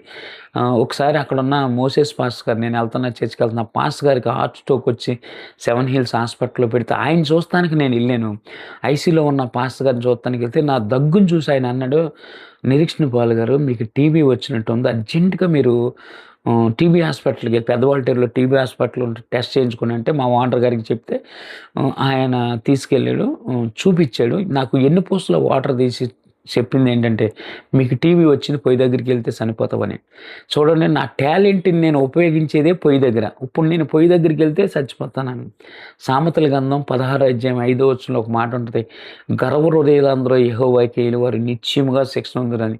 నేను ఈ వీడియో ద్వారా మీకు తెలియపరిచేది ఏంటంటే, అందాన్ని బట్టి, ఐశ్వర్యాన్ని బట్టి, ధనాన్ని బట్టి, టాలెంట్ని బట్టి ఎప్పుడు ఎర్రవేయకూడదు. నువ్వు ఎర్రవీగుతున్నావంటే నువ్వు నాశనం అవుతున్నావు అనే సంగతి ఎప్పుడు మర్చిపోవద్దు. నేను అన్నాను, నాకేంటి 4 బజ్జీ వేసుకు బతికేస్తాను అన్నాను. డాక్టర్ గారు అన్నారు, పొయ్యి దగ్గరికి వెళ్తే చచ్చిపోతాం అన్నాడు. ఆ రిపోర్ట్ పట్టుకుని వచ్చాము, మా ఓనర్ గారికి చెప్పాం, మరి ఏంటి పరిస్థితి అంటే హాస్పిటల్లో 6 నెలలు ఉండమన్నారు. ఆయన అన్నారు, నువ్వు అర్జెంటుగా ఒక మాస్టర్ని విజయవాడ నుంచి తీసుకొచ్చి నీ స్థానంలో పెట్టంటే, అప్పుడు సూర్య మాస్టర్ అని నాకు ఫ్రెండ్ ఉండేవాడు, తీసుకొచ్చి పెట్టాను. నా భార్య అందే, ఏమండి డాక్టర్ గారితో అంది మేము ఇంటికాడ ఉండే మందులు వాడుకుంటామంది. వాళ్ళు 2 బాక్సులు ఇచ్చారు టాబ్లెట్లు. ఇస్తే నా భార్య డ్యూటీకి వెళ్ళిపోయేది. మా బాబు స్కూల్కి రామనగర్ వెళ్ళిపోయాడు. నా 10 ఇయర్స్ బేబీ మీకు చెప్పాను కదా, ఈ పాప నాకు ప్రాణం అనమాట. ఎంత ప్రాణం అంటే చాలా ఇష్టం అనమాట. ఈ పాప చాలా ఇష్టం. మీకు డిస్ప్లే చేస్తారు బ్రదర్ చూద్దరు కానీ ఆ పాప ఉండేది. నేను ఫోటోగ్రఫీగా ఉన్నప్పుడు ఫోటోలన్నీ ఇల్లంతా పేర్చేసుకుని ఈ టీబీ వ్యాధి వచ్చిన తర్వాత విపరీతమైన దగ్గు రావటం, కఫం పడటం, బ్లడ్ పడటం, అలాగే కళ్ళు తిరిగి పడిపోయి ట్యాబ్లెట్లు పరగడుపున ట్యాబ్లెట్ వేసుకోవాలి, ఇడ్లీ తిన్న తర్వాత ట్యాబ్లెట్ వేసుకోవాలి. నా కూతురే ఒక తల్లిలాగా ఆదరిస్తూ ఉండేది. విజయవాడ శాంతరత్నం అమ్మగారని ఫోన్ చేశాను, ప్రార్థన చేయమని చేస్తాను, అందరికీ ప్రార్థన చేయించుకున్నాను. అయితే మా రిపోర్ట్ పట్టుకుని మోసెస్ పాస్ గారి దగ్గర వెళ్ళి, అయ్యారు నా గురించి కొంచెం ప్రేయర్ చేయండి అంటే ఆయన అన్నారు, బ్రదర్ మీకు సేవ పిలుపు ఉందన్నారు, దేవుడి సేవకి ఎందుకు వెళ్ళలేదంటే, ఇలాగ ఓనర్ గారికి కొంచెం డబ్బులు ఇవ్వాలండి 50,000 దాకా, ఆయన ఇస్తేనే కానీ వెళ్ళొద్దు అంటున్నారంటే, సరే ఇప్పుడు టీవీ వచ్చింది 6 నెలలు మీరు హాస్పిటల్లో ఉండమన్నారు, ఎలాగా మీరు ఏం చేస్తారంటే ఒకటే ప్రార్థన చేయండి, ప్రభువా నన్ను బాగు చేయి నీ సేవ చేస్తానని ఇసిగి ఎలాగ కన్నీటి ప్రార్థన చేయమన్నారు. నేను రోజు ఒకటే ప్రార్థన, ప్రభా నన్ను బాగు చేయి నీ సేవ చేస్తాను. ఎంత ఏడ్చేవాడు అంటే, భార్య డ్యూటీకి వెళ్ళిపోయేది, పిల్లోడు స్కూల్కి వెళ్ళిపోయాడు, ఉదయం 4 గంటల నుంచి 2 వరకు వంట మాస్టర్గా చేసే నేను ఒక ఖాళీ అయిపోయి బెంగెట్టేసుకున్నాను. ఎముకలన్నీ కనపడిపోయి, బొగ్గలు లోనికి వెళ్ళిపోయి, కళ్ళు గుంటలాగా పడిపోయి బెంగ పెట్టేసుకుని నేను చనిపోతున్నాను. నేను ఈ విపరీతమైన దగ్గు వచ్చేసి ఇది అవుతుంటే మా క్యాంటీన్లో ఏమని పుకారు చేశారంటే, మాస్టర్ గారికి HIV వచ్చేసింది, ఎయిడ్స్ వచ్చేసింది, చచ్చిపోతాడు బతకడని అలా పుకారు చేశారు. నా కుమార్తె నాతో పాటు ఉండేది, నన్ను ఎలా బలపరచదండి, డాడీ ఏం బాధపడకు, ఎండిన ఎముకలను సైన్యంగా మార్చాడు మన దేవుడు, సమాధిలో ఉన్న లాజర్లను లేపాడు, మన దేవుడు గొప్పవాడు డాడీ, ప్రేయర్ చేసుకుందాం. ఒకటే ప్రార్థన చేశాం, ప్రభా నన్ను స్వస్థపరిస్తే నీ బైబిల్ పట్టుకెళ్ళి నేను సేవ చేస్తానని కన్నీటితో ప్రార్థన చేస్తాను. 3 నెలలు అయ్యేసరికి మళ్ళీ హాస్పిటల్కి వెళ్తే టీబీ తగ్గిపోయిందన్నారు. దేవుడికి మహిమ కలిగింది కదా. మీరు ఎవరు నన్ను ఏ హాస్పిటల్ వెళ్ళి అడగండి, టీబీ కోర్స్ 6 నెలలు అండి, 3 నెలలు తగ్గిందండి. ఆ డాక్టర్ గారు ఎక్స్రే తీసిన తర్వాత నాయంక చూస్తున్నారు. ఏంటంటే అలా చూస్తున్నారంటే, ఇది ఎలా తగ్గింది అసలు, మందులు కోర్సు పూర్తి అవ్వకుండా తగ్గదంటే, నా ఏసై నన్ను స్వస్థపరిచారంటే మంత్రాలకు సింతకాలు రాలవని నేను ఏమని ప్రేయర్ చేసేవాడిని అంటే, ప్రభా నన్ను బాగు చేయి నీ చార్జ్. ఆ రిపోర్ట్ పట్టుకుని నా భార్య దగ్గరికి వచ్చి, అమ్మ దేవుడు నన్ను స్వస్థపరిచాడు, సేవకి వెళ్ళిపోదాం బాధ అంటే, కొంపకి బైబిల్ పట్టుకుని అడుక్కుంటావా, మొదనాష్టపు సేవ మొదనాష్టపు దర్శనాలు అంది. ఎందుకు ఆ మాట అందంటే, 3 నెలలు నా పిల్లల్ని నన్ను ఆవిడే పెంచింది. నేను ఎంతో దుర్మార్గుడిని అయినప్పటికీ ఒక చిన్న పిల్లోడిని చూసినట్టు నా పిల్లల్ని కూడా సరిగ్గా పట్టించుకోలేదు. కానీ నేను ఎంత కట్టినా టయానికి భోజనం పెట్టి, టయానికి ఉదయాన్నే 2 కోడిగుడ్లని ఇవని అసలు వాళ్ళకు ఉంటాను, లేకపోతే నన్ను మాత్రం చాలా బాగా చూసుకుంది. అడుక్కుంటావు అంది. నేనేమంటానంటే, నేను ప్రభువుని అడిగాను, నన్ను బాగు చేయి నీ సేవ చేస్తాను, నీ సేవ పరిసరలో వాడబడతానని. ఎప్పుడైతే నువ్వు అడుక్కుంటావంది విపరీతమైన కోపం వచ్చేసి పచ్చడి బండ అని ఉంటుందండి, ఇష్టం వచ్చినట్టు కొట్టేసాడు. నువ్వు అప్పుడు అందే మనిషివా పశువా, గొడ్డును బాదినట్టు బతున్నావు, సేవ నెడుతున్నావు అంటే నీకు అహంకారం తగ్గలేదు, కోపం తగ్గలేదు, గర్వం తగ్గలేదు, అయినా నువ్వు సేవకెళ్ళి ఏం బోధిస్తావా, చదువు సంజయలేదు, మూర్ఖుడు అందే. అప్పుడు నేను బైబిల్ చించేసి కాలుతో తెక్కేసి నేను సేవకి వెళ్తాననే మాట చెప్తే నీ చెప్పించుకోటాను, నువ్వు స్థిరత్వం లేని మూర్ఖుడు అంది. తర్వాత ఆమె అన్న మాట ఒకటే, సరే నేను సేవకు వచ్చేస్తాను, మీరు ఇల్లు ఓనర్ గారికి 50,000 కట్టేస్తాను. కట్టలేను. నా కుమార్తెను రెక్క పట్టుకుని సేవకి వెళ్తే పిల్ల పెళ్ళి ఎలా చేస్తావు. ఈ మాట అన్న 10-15 రోజులకు అర్ధరాత్రికి మా అమ్మాయికి విపరీతమైన జ్వరం వచ్చేస్తుందండి. ఎంత జ్వరం అంటే కంట్రోల్ అవ్వట్లే. ఆ కచ్చిబులు పిండి ఒళ్ళు తుడుస్తున్నా కంట్రోల్ అవ్వట్లే. మా ఓనర్ గారికి ఫోన్ చేసి చెప్దామంటే 3 నెలలు బట్టి నాకు డ్యూటీ లేక, నాకు చిన్న ఫోన్ రిలయన్స్ ఫోన్ ఉండేది, దాంతో ఫోన్ చేస్తే బ్యాలెన్స్ లేదని చెప్తుంది. 12-1 గంట టైంలో బ్యాలెన్స్ కూడా వేయించుకునే పరిస్థితి కాదు. మాస్టర్ గారికి ఫోన్ చేసి ఇలాగ డబ్బులు అవసరం అని చెప్దామన్నా ఇంకెవ్వరూ ఇంకా ల్యాబ్ లేని పరిస్థితులు 108కి ఫోన్ చేశాను. వాళ్ళు వచ్చారు. ఏంటంటే మా అమ్మాయికి ఇలా సీరియస్గా ఉందంటే, ఏంటి జ్వరానికి కూడా 108 కావాలన్నారు. చెప్పాను, నేను టీబీ పేషెంట్ సార్ అన్న రిపోర్ట్. సరే ఏ హాస్పిటల్కి తీసుకెళ్ళాలంటే, అక్కడ సీతంపేటలో ప్రేమ హాస్పిటల్ అని ఉంది కానీ 200 ఫీజు కడతానికి లేక కేజీహెచ్ హాస్పిటల్ తీసుకెళ్ళమని తీసుకెళ్ళిన తర్వాత అక్కడ పడుకోబెట్టి ఒకే ఒక ఇంజెక్షన్ చేశారండి. ఒకే ఒక ఇంజెక్షన్ చేయగానే వెంటనే కాలు చేయి పడిపోయి వాంతులు అయిపోయి కళ్ళలో స్టక్ అయిపోయినాయి. ఇది 2008 మే నెల 2వ తారీఖు అర్ధరాత్రి తీసుకెళ్ళాం. 6వ తారీఖు వరకు రోగం ఏంటో కూడా తెలియదు. పిల్ల కోమాలో ఉన్నది. అప్పటికప్పుడు వాంతులు అయిపోయినాయి, కళ్ళు స్టక్ అయిపోతాయి, గుడ్లు తిరగబడిపోతాయని ప్లాస్టర్లు వేశారు. తెల్లారి మా ఓనర్ గారు మోసెస్ పాస్టర్ గారు వచ్చి మేము ప్రైవేట్ హాస్పిటల్కి తీసుకెళ్తామన్నారు. ఎంత సీరియస్గా ఉన్నాం, మేము ప్రైవేట్ హాస్పిటల్కి తీసుకెళ్తాం కుదరదు, మీకు ఎంఆర్ఐ స్కానింగ్ రాస్తాం, ఒకవేళ అది బయట చేయించరండి అంటే కలెక్టర్ ఆఫీస్ ఎదురుకుండా చైతన్య మెడికల్ సెంటర్ నుండి అందులో చేయించారు. చేయించిన తర్వాత ఏమన్నారంటే ఈ అమ్మాయికి మెదడు వాపు వచ్చింది, బ్రతికిన అంగవైకల్యంగా ఉంటుంది. నేను టీబీ వ్యాధి ఉన్నప్పుడు నా కుమార్తె సొంత తల్లిలాగా టయానికి భోజనం తీసుకొచ్చింది, సిలువు గుర్తేసి ప్రార్థన చేసేది. డాడీ యేసు ప్రభు గొప్ప దేవుడు, నువ్వేమీ బాధపడద్దు, మన ప్రభు మనల్ని స్వస్థపరుస్తాడు, నిన్ను స్వస్థపరచాడని ధైర్యపరిచిన కుమార్తె బతుకులో ఉంది. 2వ తారీఖు హాస్పిటల్లో జాయిన్ చేస్తే 6వ తారీఖు వరకు రోగం ఏంటో తెలియలేదు. సరే ఎంఆర్ఐ స్కానింగ్ తీసిన తర్వాత మెదడు వాపు అన్నారు. 5 ఇంజక్షన్లు కోర్సు రాశారు. విజయవాడ శాంతరత్నం అమ్మగారని పాస్టర్ గారు ఫోన్ చేసి ఇలాగ ఉందండి అంటే ఆమె ఏమందంటే నువ్వు అర్జెంటుగా మీ అమ్మాయిని తీసుకుని కొవ్వూరు వచ్చేయి, దేవుడు మీ అమ్మాయిని మొత్తబోతున్నాడు అంది. విపరీతమైన కోపం వచ్చేసింది. మీరు మనుషుల పశువు పిల్ల సాగు బతుకులో ఉంటే మొత్తబోతున్నాడు ఇవన్నీ చెప్తున్నాం.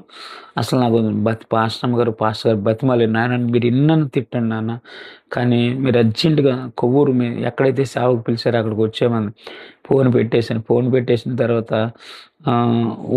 4 రోజులు 5 రోజులు మట్టి సరిగ్గా అన్నం కూడా తినట్లేదు. నా భార్య అంది, ఎక్కడ ఏ టెస్ట్ రాసినా నేనే హెలవాల్సి వస్తుంది, నాకు అక్కడ వైజాగ్లో ఎవరున్నారు, మాకు నా భార్య నేను మా అబ్బాయి కదా. అయితే ఆవిడంది కళ్ళు తిరిగి పడిపోయేటట్టున్నారు, కొంచెం అన్నం కొంచెం మెతుకులన్నా తిన్నంది. సరేలే కొంచెం ఎంతకి తినవలసి వస్తుందంటే నిలబడలేకపోతున్నాం, కొంచెం భోజనం అలా తిందామనే ఈ లోపు మా అబ్బాయి పరిగెట్టుకుంటూ వచ్చేసాడు.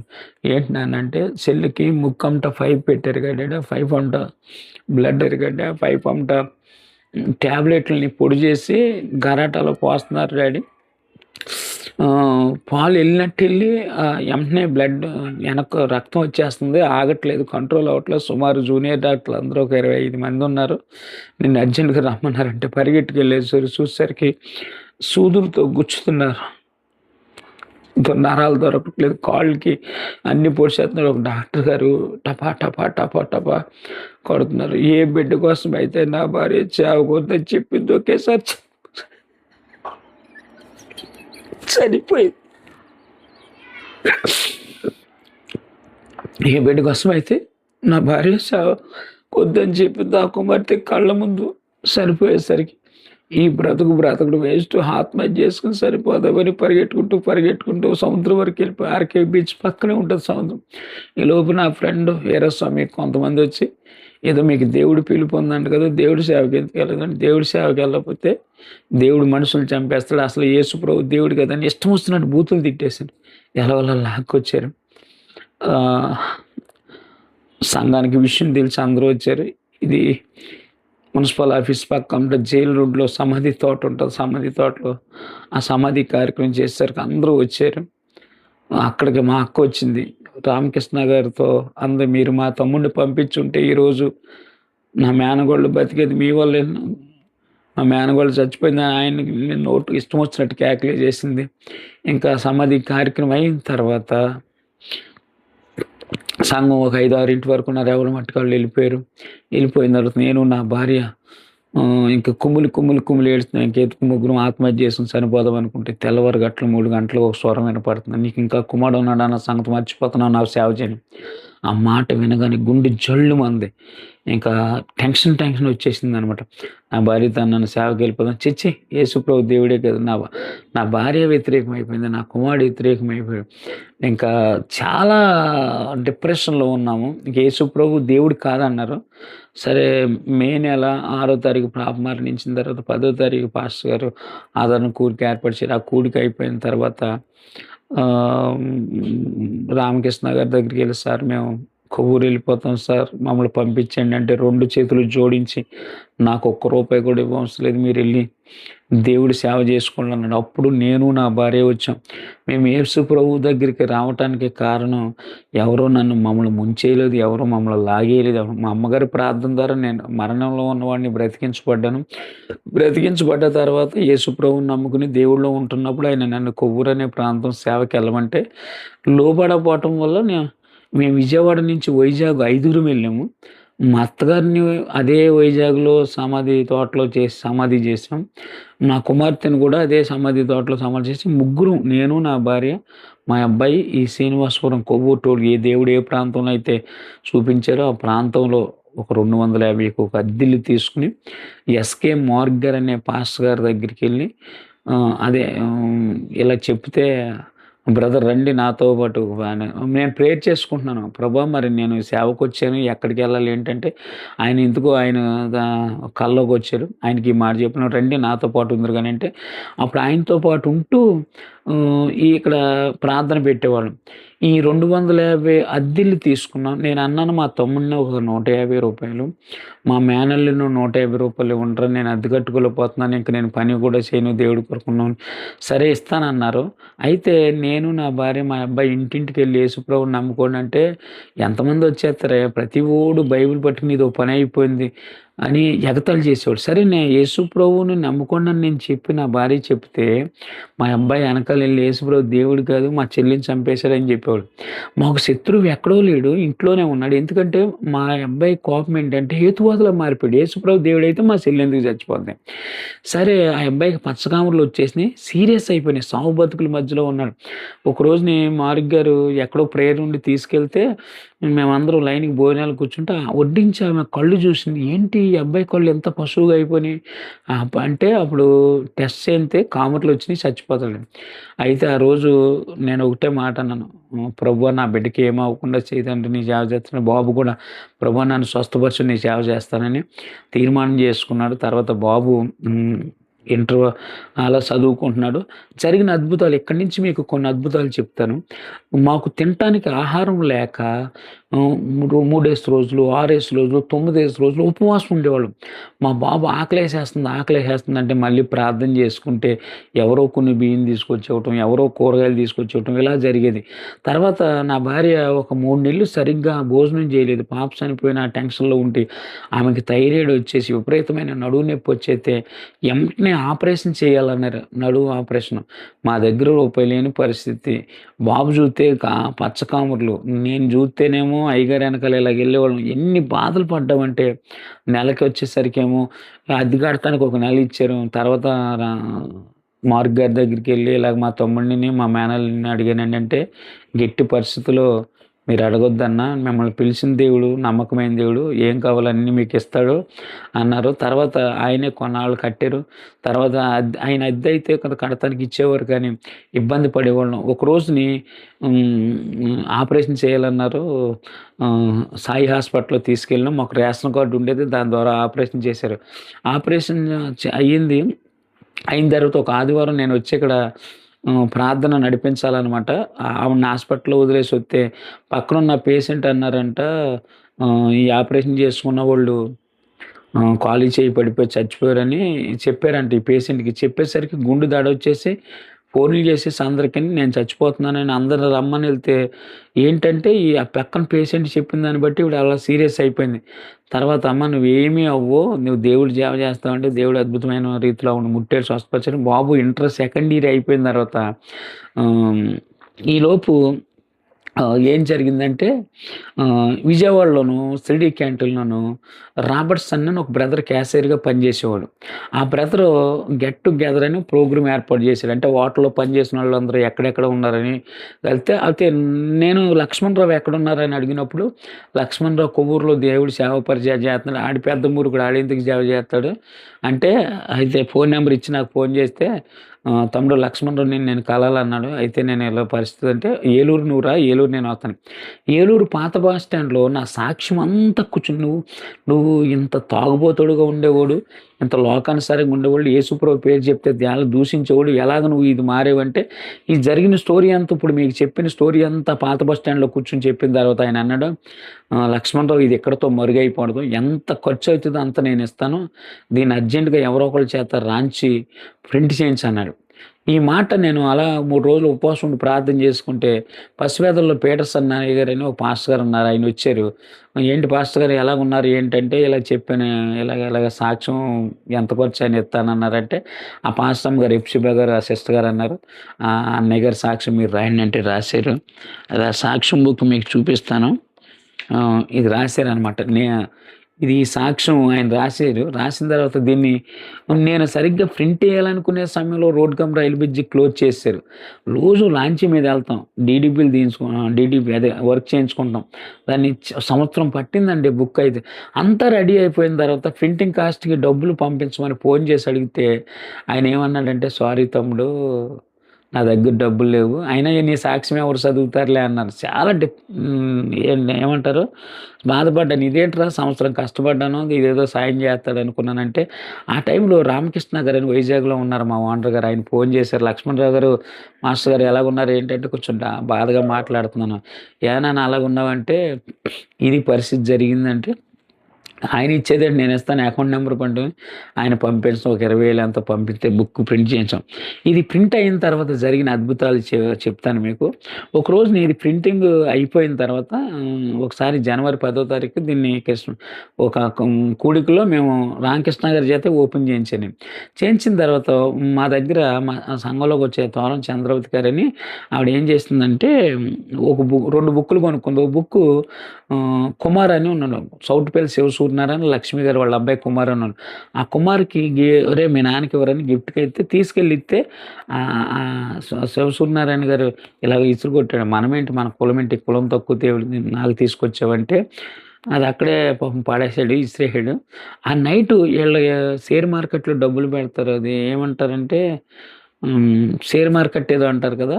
ఒకరోజు 40,00,000 డౌన్ అయిందంట. ట్రేడింగ్ అంట. ఈ ట్రేడింగ్‌లో పెట్టారు. 40,00,000 డౌన్ అయింది. వాళ్ళొచ్చి పెద్ద గొడవ పెడితే 24 గంటల్లో 40,00,000 కట్టమన్నారండి. ఈ బాధ తట్టుకోలేక డిసెంబర్ 31 నైటు గోదాట్లో దూకి చచ్చిపోదాం అనుకుంటే, ఆ రోజున బయలుదేరి వెళ్తుంటే ఈ బయట ముగ్గులేసేవాళ్ళు, "ఈ టైంలో మీరెక్కడికెళ్తున్నారు లోనకెళ్ళనంటే" సిగ్గుపడిపోయి చచ్చిపోవడానికి కూడా ధైర్యం లేదని లోనకెళ్ళి తలుపేసుకున్నారు. ఏసుకున్న తర్వాత భార్య పండుకుండి పోయింది. పిల్లోడు పండుకుండి పోయాడు. ఈయనకి మాత్రం నిద్రెడతలేదు. ఈ బుక్కు నేను మునిగిపోతుంటే లేపినట్టుగా దృశ్యం ఉంది కదా! ఆ దృశ్యం చూసి బుక్ ఓపెన్ చేస్తే ఈ బుక్‌లోను ఒక సందర్భం ఉంటదనమాట. ఏంటంటే, అప్పుల బాధ తట్టుకోలేక ఆత్మహత్య చేసుకొని చనిపోవాలనుకున్నాననే సందర్భం ఉంటది. అది పట్టుకున్నారు. ఆ నంబర్‌ని చదవటం రాత్రి 9 గంటల నుంచి తెల్లారి 4, 4:30 వరకు చదువుతానున్నాను. ఈలోపు ఆళ్ళ భార్య లేసింది. పదండి గోదావరికెళ్దామంటే మనం వెళ్ళవలసింది గోదావరికి కాదు ఏసే దారికని ఆ బుక్కు పట్టుకొని వచ్చానండి. నేను ఉదయకాలం ఇక్కడ బైబిల్ చదువుకుంటా, ప్రార్థన చేసుకొని బైబిల్ చదువుకుంటున్నాను. వచ్చి చెప్పారు, "ఈ బుక్ మా దగ్గర లేపోతే మేము ఆత్మహత్య చేసుకొని చనిపోయేవాళ్ళం" అని. వాళ్ళు చెప్పిన మాట నాకు చాలా నేను పడుకున్నప్పుడు నా భార్య పిల్లలు ఏడు నూనె కాసిపోసి చంపేద్దాం అనుకున్నారు. ఏంటి ఒకళ్ళైతే ఈడికి అన్నంలో మందు కలిపి పెట్టేయమన్నారు. మా మా మా అత్త రత్నమ్మ అయితే "ఏలారి అన్న గుద్ది చచ్చిపోతే బావుంటారు. నీలాంటోడు అసలు భూమి మీద అందరూ నా సావు కోరుకున్నారు. నన్ను మాత్రం యేసయ్య కోరుకున్నారు." ఆయన చెప్పిన మాట ఏంటంటే, ఈ సాక్ష్యం బుక్ మా దగ్గరకొచ్చిన తర్వాత మేము సజీవుల లెక్కలో ఉన్నామని చెప్పినప్పుడు నేను చాలా సంతోషించాను. అప్పుడు అనుకున్నాను, ఈ ప్రింటింగ్ ఇప్పుడుతో ఆగకూడదనుకున్నాను.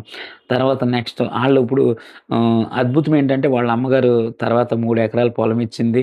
వాళ్ళు ఒక అరెకరం పొలం అమ్ముకున్నారు. అప్పులన్నీ తీర్చేసుకున్నారు. ఇప్పుడు నరేంద్రపురంలో చక్కగా హ్యాపీగా ఉంటున్నారు. వాళ్ళ అబ్బాయి వాళ్ళను. ఎక్కడికెళ్ళిన ఈ సందర్భాన్ని నేను చెప్తాను. మా సంఘానికి ఆదివారం అక్కడి నుంచి ఇక్కడికే వస్తారు. అందుకే నేను అంత ధైర్యంగా చెప్పగలను. తర్వాత జరిగిన అద్భుతం ఏంటంటే ఒక అతనంట చనిపోదామని బయలుదేరి వెళ్తుంటే ఓ పాస్టర్ గారు ఆ బుక్ ఇచ్చాడంట. ఆ బుక్కు. ఎందుకే చచ్చిపోదాం అనుకుంటున్నాను. నాకు 78,00,000 ఎంతో అప్పయిపోయింది. నేను చచ్చిపోతాను. అలా చచ్చిపోకూడదు. నరకానికెళ్తాను. నేను ప్రార్థన చేస్తాను. ప్రార్థన చేసి నా సాక్ష్యం బుక్ ఇత్తే అయినా సరే ఇంటికెళ్ళిపోతానని చెప్పి పట్టాల మీద పడుకున్నాడంట. పడుకుంటే 1:30కి రావాల్సిన ట్రైన్ 2:30 వరకు రాలేదంట.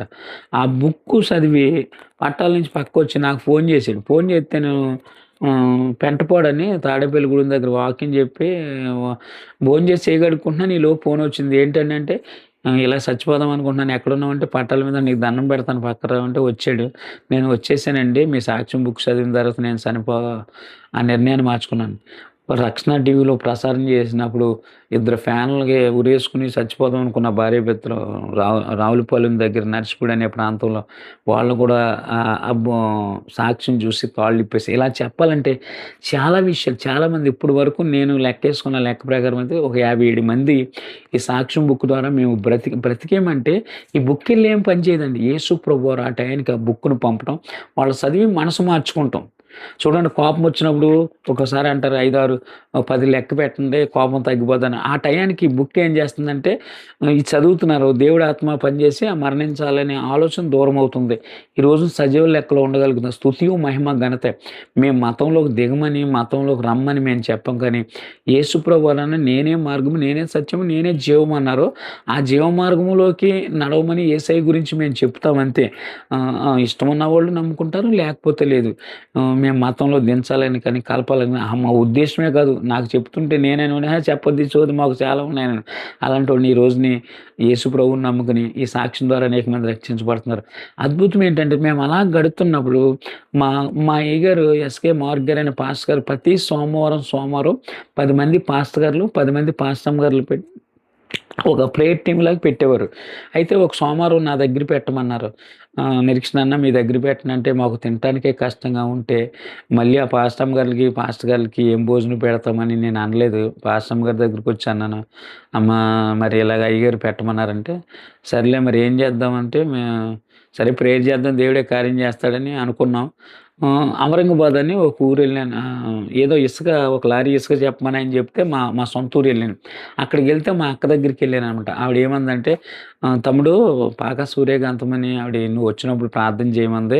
ఒకసారి అంటే చిన్న ప్రార్థన చేసిరా అంటే వెళ్ళి ప్రార్థన చేస్తే 12 కిలోలు బియ్యము, కందిపప్పు, ఉప్పు, నూనె అన్నీ ఇచ్చింది. అంటే 20 మందికి సరిపడా భోజనానికి ఆవిడ ఇచ్చింది. ఆ సైకిల్ మీద పెట్టింది. నా సైకిల్ మీద పెట్టుకుని వస్తుంటే మా అక్క అంతా నాకు ప్రార్థన చేయమంది. ప్రార్థన చేస్తే ఆవిడ కూడా సేమ్ మూట బియ్యం అన్నీ ఇచ్చి ఒక 100 రూపాయలు కానుకిచ్చింది. ఈ 2 మూటలు పట్టుకుని నేను ఎంతో ఆనందంతో సోమవారానికి భోజనానికి సరిపోతా ఉన్నాయి ప్రార్థనకి అనుకుని వస్తుంటే మా ఇంటికాడ గుమ్మలో 25 కిలోలు బియ్యం మూట ఉంది. ఎవరు తెచ్చారని అడిగితే ఎవరో బిజ్జిపేటలో యోహాన్ గారంట, ఆయన తెచ్చి ఇచ్చారు అని చెప్పింది. ఈలోపు మూట అక్కడ ఉంది. 2 మూటలు సైకిల్ మీద ఉన్నాయి. మా తమ్ముడు లాస్ట్ పోసి అని ఉన్నాడు, అత్తిలి పోసి. ఆడు మూట ఎట్టుకుని వచ్చేస్తాడు. 4 మూటలు బియ్యం వచ్చినాయి. అసలు ఆశ్చర్యపోయామన్నమాట. 500 మందికి భోజనం పెట్టే అదొక అద్భుతమైన కార్యం. నెల రోజులు డైలీ పార్సల్ మీల్స్ తీసుకొచ్చి 2 మీల్స్లు ఇస్తుంది చూడు, అదొక అద్భుతం. ఒకరోజు నేను మార్క్ గారి దగ్గర నేను పరిచయం చేస్తున్నప్పుడు రాజమండ్రి వెళ్ళి బట్టలున్నాయి నల్లమంది సందులో తీసుకురమ్మని ఆయన 20 రూపాయలు ఇచ్చారు. అంటే వెళ్ళటానికి 10 రూపాయలు, వస్తానికి 10 రూపాయలు. కోటిపల్లి బస్ స్టాండ్లో దిగి నడిచి అలాగ వెళ్తుంటే అక్కడ రోజ్ మిల్క్ అని మంచి ఫేమస్ అండి రాజమండ్రిలో. అప్పుడే 20 రూపాయలే రేటు. నేను జేబులో చెయ్యి చూసుకుంటే 10 రూపాయలు ఉన్నాయి. ఇంత దరిద్రం వచ్చింది అంటే రోజు మిల్క్ కూడా తాగే డబ్బులు లేవని నేను బాధపడుతుంటే పరిశుద్ధాత్మ దేవుడు నాతో మాట్లాడు, నేను నీకు రోజు మిల్క్ తాగించలేనా అని. ఈ రోజు మీల్ కోసం దేవుని దూషిస్తున్నాను, సారీ ప్రభు అని వెళ్ళిపోయాను. ఆ టైలర్ గారి దగ్గరికి వెళ్ళిన తర్వాత ఆయన గుండీలు వేయాలి కూర్చోవాలన్నారు. మీరు ఏం చేస్తారు ఏంటి అడిగితే నా సాక్ష్యం చెప్పిన తర్వాత చిన్న ప్రార్థన చేయమన్నారండి. ప్రార్థన చేయగానే 20 రూపాయలు చేతిలో పెట్టాడు. ఆ రోజు మిల్క్ తాగి వచ్చేసాను అనమాట. ఇలాంటి అద్భుతాలు ఒక అద్భుతం కాదండి. నిజంగా మేము ఇక్కడ ఊర్లో ఉన్నప్పుడు నా భార్య ఎన్నిపోసి ఆపరేషన్ అయిపోయిన తర్వాత తీసుకొస్తే మా ఇంటి ఓనర్ గారు వాళ్ళ ఫ్యామిలీ గొడవలు అయ్యేయండి. ఆ గొడవ ఆపటానికి వెళ్ళినందుకు అర్ధరాత్రి గారు 12 గంటలకి సామాన్లన్నీ బయట పడేసి ఇల్లు ఖాళీ చేశారు. అసలు అలాంటి సమయంలో కూడా దేవా అని ప్రేయర్ చేసుకున్నాం. అద్భుతం ఏంటంటే ఈ ఇంట్లో ఉన్నప్పుడు మనకు ముగ్గురే వచ్చేవాళ్ళు. ఇల్లు ఖాళీ చేసిన తర్వాత 15 మంది పెరిగారు. అక్కడ జనం పెరిగిపోతుంటే వాళ్ళు ఖాళీ చేసామన్నారు. ఒక 3 రోజులు ఉపవాసం ఉండి ప్రార్థన చేస్తుంటే దేవుడు ఒక స్థలం చూపించాడు. అదే ఇప్పుడు మేము ప్రార్థన పెడుతున్న స్థలం. ఆ స్థలం చూపిస్తే అది దేవుడు అద్భుతమైన రీతిలో అది కొనటానికి ప్రభు మా రామకృష్ణ గారు దీన్ని కొన్నారు. ఆయనే కొంత డబ్బులు ఇచ్చి ఇదంతా కట్టించారనమాట. అది బాబు తర్వాత ఇంటర్ సెకండ్ ఇయర్ అయిపోయిన తర్వాత కేరళ వెళ్ళి 4 సంవత్సరాలు ట్రైనింగ్ అయ్యారు. ఈ సాక్ష్యం బుక్ రిలీజ్ అయిన తర్వాత శేఖర్ బాబు గారని ఆయన పీటర్సన్ గారు బుక్ రాస్తే ఆమోస్ పాస్టర్ గారు కరెక్షన్ చేస్తే శేఖర్ బాబు గారు ఇదిగో దీన్ని బాధపడితే కానీ బోధపడలేదని తీసి 4 సంవత్సరాలు ఎక్కడ మీటింగ్‌కి వెళ్తే అక్కడ ఆయన తీసుకెళ్తాం. ఈ ఈ సాక్ష్యం బుక్ ఇప్పటికి 1,00,000 ప్రింట్లు వేసుంటాం. ఇది 22 భాషల్లో ఉంది. నేనే దీన్ని గూగుల్ ట్రాన్స్‌లేషన్ ద్వారా చేశాను. మీకు ఎవరికన్నా కావాలంటే పీడీఎఫ్ ఫైల్ పంపిస్తాను. 3 భాషల్లో మాత్రం ఇక్కడ ప్రింటింగ్ మీకు చూపిస్తాను. ఇదిగో ఇది తెలుగు, ఇదేమో నేనే గూగుల్‌లో ట్రాన్స్‌లేషన్ చేసింది హిందీ. ఇది కరుణాకర్ గారని విజయవాడలో ఉంటారనమాట. ఆయన నా తెలుగు బుక్‌ని చదివి ఆయనే ప్రింట్ చేసి 2000 బుక్స్ నాకు పంపించారు. కరుణాకర్ బ్రదర్ అని విజయవాడలో ఉంటారు. ఈ బుక్ ప్రింటింగ్ నిత్యం జరుగుతుంది. నేను ఇప్పటి వరకు వెళ్ళిన సాక్ష్యం చెప్పిన ప్లేసులు సుమారు ఒక 4000 ప్లేసులు ఉంటాయండి. 8 రాష్ట్రాలు వెళ్ళాను నేను. ప్రతిరోజు ఖాళీ లేకుండా దేవుడు ఎక్కడో దిక్కున వాడుకుంటున్నాడు. పొద్దున్నో, నైటో, సాయంత్రమో దేవుడు మహాకృప మట్టి ఇక్కడ ఈ ఒక స్థలం తీసుకుని అందులో పాక ఏసి బరకాలు కట్టుకుని 2 సంవత్సరాలు ఉన్నాం. తర్వాత రామకృష్ణ గారి సహకారంతో నేను కొంత అప్పు చేసి అయ్యింది. ఈ రోజున ఒక మందిరం ఏర్పాటు చేసుకోగలిగాం. తర్వాత ఒక బ్రాంచ్ చర్చ్ ఏర్పాటు చేసుకోలేం. బాబు కేరళలో ట్రైనింగ్ అవి వచ్చిన తర్వాత కృష్ణా జిల్లా నందిగామలో అనిత అనే అమ్మాయిని పెళ్లి చేసుకుంటాం. బాబు ధవళేశ్వరంలో జాబ్ చేస్తున్నాడు. నాకు మనవరాలు పుట్టారు. వాళ్ళు కూడా దేవుడు ఎంతో బ్లెస్ కింద ఇది మీకు కనపడుతుంది కదా ఈ ఫోటో. చాలా ఆనందంగా ఉన్నాం. అద్భుతమైన రీతిలో అన్ని విధాలు మేము ఆశీర్వాదకరంగా ఉన్నాం. అసలు దేవుళ్ళలోకి వచ్చిన తర్వాత మాకు మనసుకు నెమ్మది, శాంతి, సమాధానం అన్నీ ఉన్నాయి. ఫస్ట్‌లో నేను ఎందుకు బిడ్డను పోగొట్టుకునే వరకు రాలేదని ఇప్పుడు బాధపడుతున్నాను. అందుకే నా సాక్ష్యం బుక్ కూడా బాధపడితే కానీ బోధపడలేదన్నది. ఇంకో ఈ కార్తిక్ క్రియేషన్స్ అని ఇదిగో బ్రదర్ గారి ద్వారా ఈ సాక్ష్యము మీకు టెలికాస్ట్ చేస్తున్నారు కదా! ఈ ఛానల్ మీరు సబ్స్క్రైబ్ చేయండి. అనేక మందికి షేర్ చేయండి. ఏమన్నా నేను చెప్పే మాటలు ఏదన్నా పొరపాట్లు ఉంటే క్షమించండి. మీరు పూర్తిగా సాక్ష్యం ఇందులో చూడండి. నేను ఈ బజ్జీల గురించి గట్రా సందర్భాలు చెప్పి నేను వెళ్ళిన మీటింగ్‌లు గట్రా నిరీక్షణ పాలు మారిసెట్ అని ఉంటుంది. దాన్ని కూడా మీరు సబ్స్క్రైబ్ చేయండి. కొంతమందికి చేర్చండి. ఈ అవకాశం ఇచ్చిన దేవాది దేవుడికి మీ అందరికీ వందనాలు. Thank you. చిన్న ప్రేయర్ చేస్తాను. మహాపరిశుద్ధుడా, ప్రేమగల తండ్రి, కృప కలిగిన యేసు ప్రభువా, నాయన నా జీవితంలో మీరు చేసిన కార్యాలు కొన్ని చెప్పగలిగాం. ఇది ఎవరికి అవసరమో నాకు తెలీదు. ఇంకో నెల రోజులు ప్రార్థన ద్వారా ప్రతిరోజు పార్సల్ మిల్చి వచ్చిందంటే అద్భుతం. ఇంకో సోమవారం పాస్టర్ గారికి భోజనం పెట్టాలన్నప్పుడు నాయన చేసింది ఒక అద్భుతం. నా భార్యకి ఆపరేషన్ విషయంలో కృప చూపించావు. బాబుకి 9 రోజులు 10 రోజులు భోజనం లేకుండా ఉన్న ఈ రోజుని 100 మందికి భోజనం పెట్టగలిగే ఒక క్యాపబిలిటీ ఇచ్చామంటే అది కేవలం నీ కృపే. అనేక రాష్ట్రాల్లో 8 రాష్ట్రాల్లో వాడుకున్నామంటే కృప. ఈ సాక్ష్యం ఎవరైతే చూస్తున్నారో వాళ్ళ హృదయాన్ని తండ్రి నాయన ఎవరైతే గుండె చెదిరిన వారిని బాగు చేయండి. దేవుడు మాకేం చేస్తాడనుకుంటే నిరీక్షణ బాగు చేసిన దేవుడు మాకు చేస్తాడని ఒక ధైర్యంగా కొనసాగడానికి మీ సహాయం చేసి మహిమ పొందమని ఇంకో బ్రదర్ సేవ పరిసరాన్ని కూడా దీవించండి, ఆశీర్వదించండి. ప్రతి అవసరత నేను నామములో తీర్చమని యేసు నామములో ప్రార్థించి మనవులు అడిగి వేడుకొనుచున్నాను తండ్రి. ఆమేన్. పరమ తండ్రి అయిన దేవుడు ప్రేమ, కుమారుడైన యేసుక్రీస్తు వారి కృప, పరిశుద్ధాత్మ అన్యోన్య కూడి ఉన్న సకల పరిశుద్ధులకు ఈ సాక్ష్యం చూస్తున్న బిడ్డలకు ఆయన కృప సదాకాలం తోడి నడిపించింది. ఆమేన్.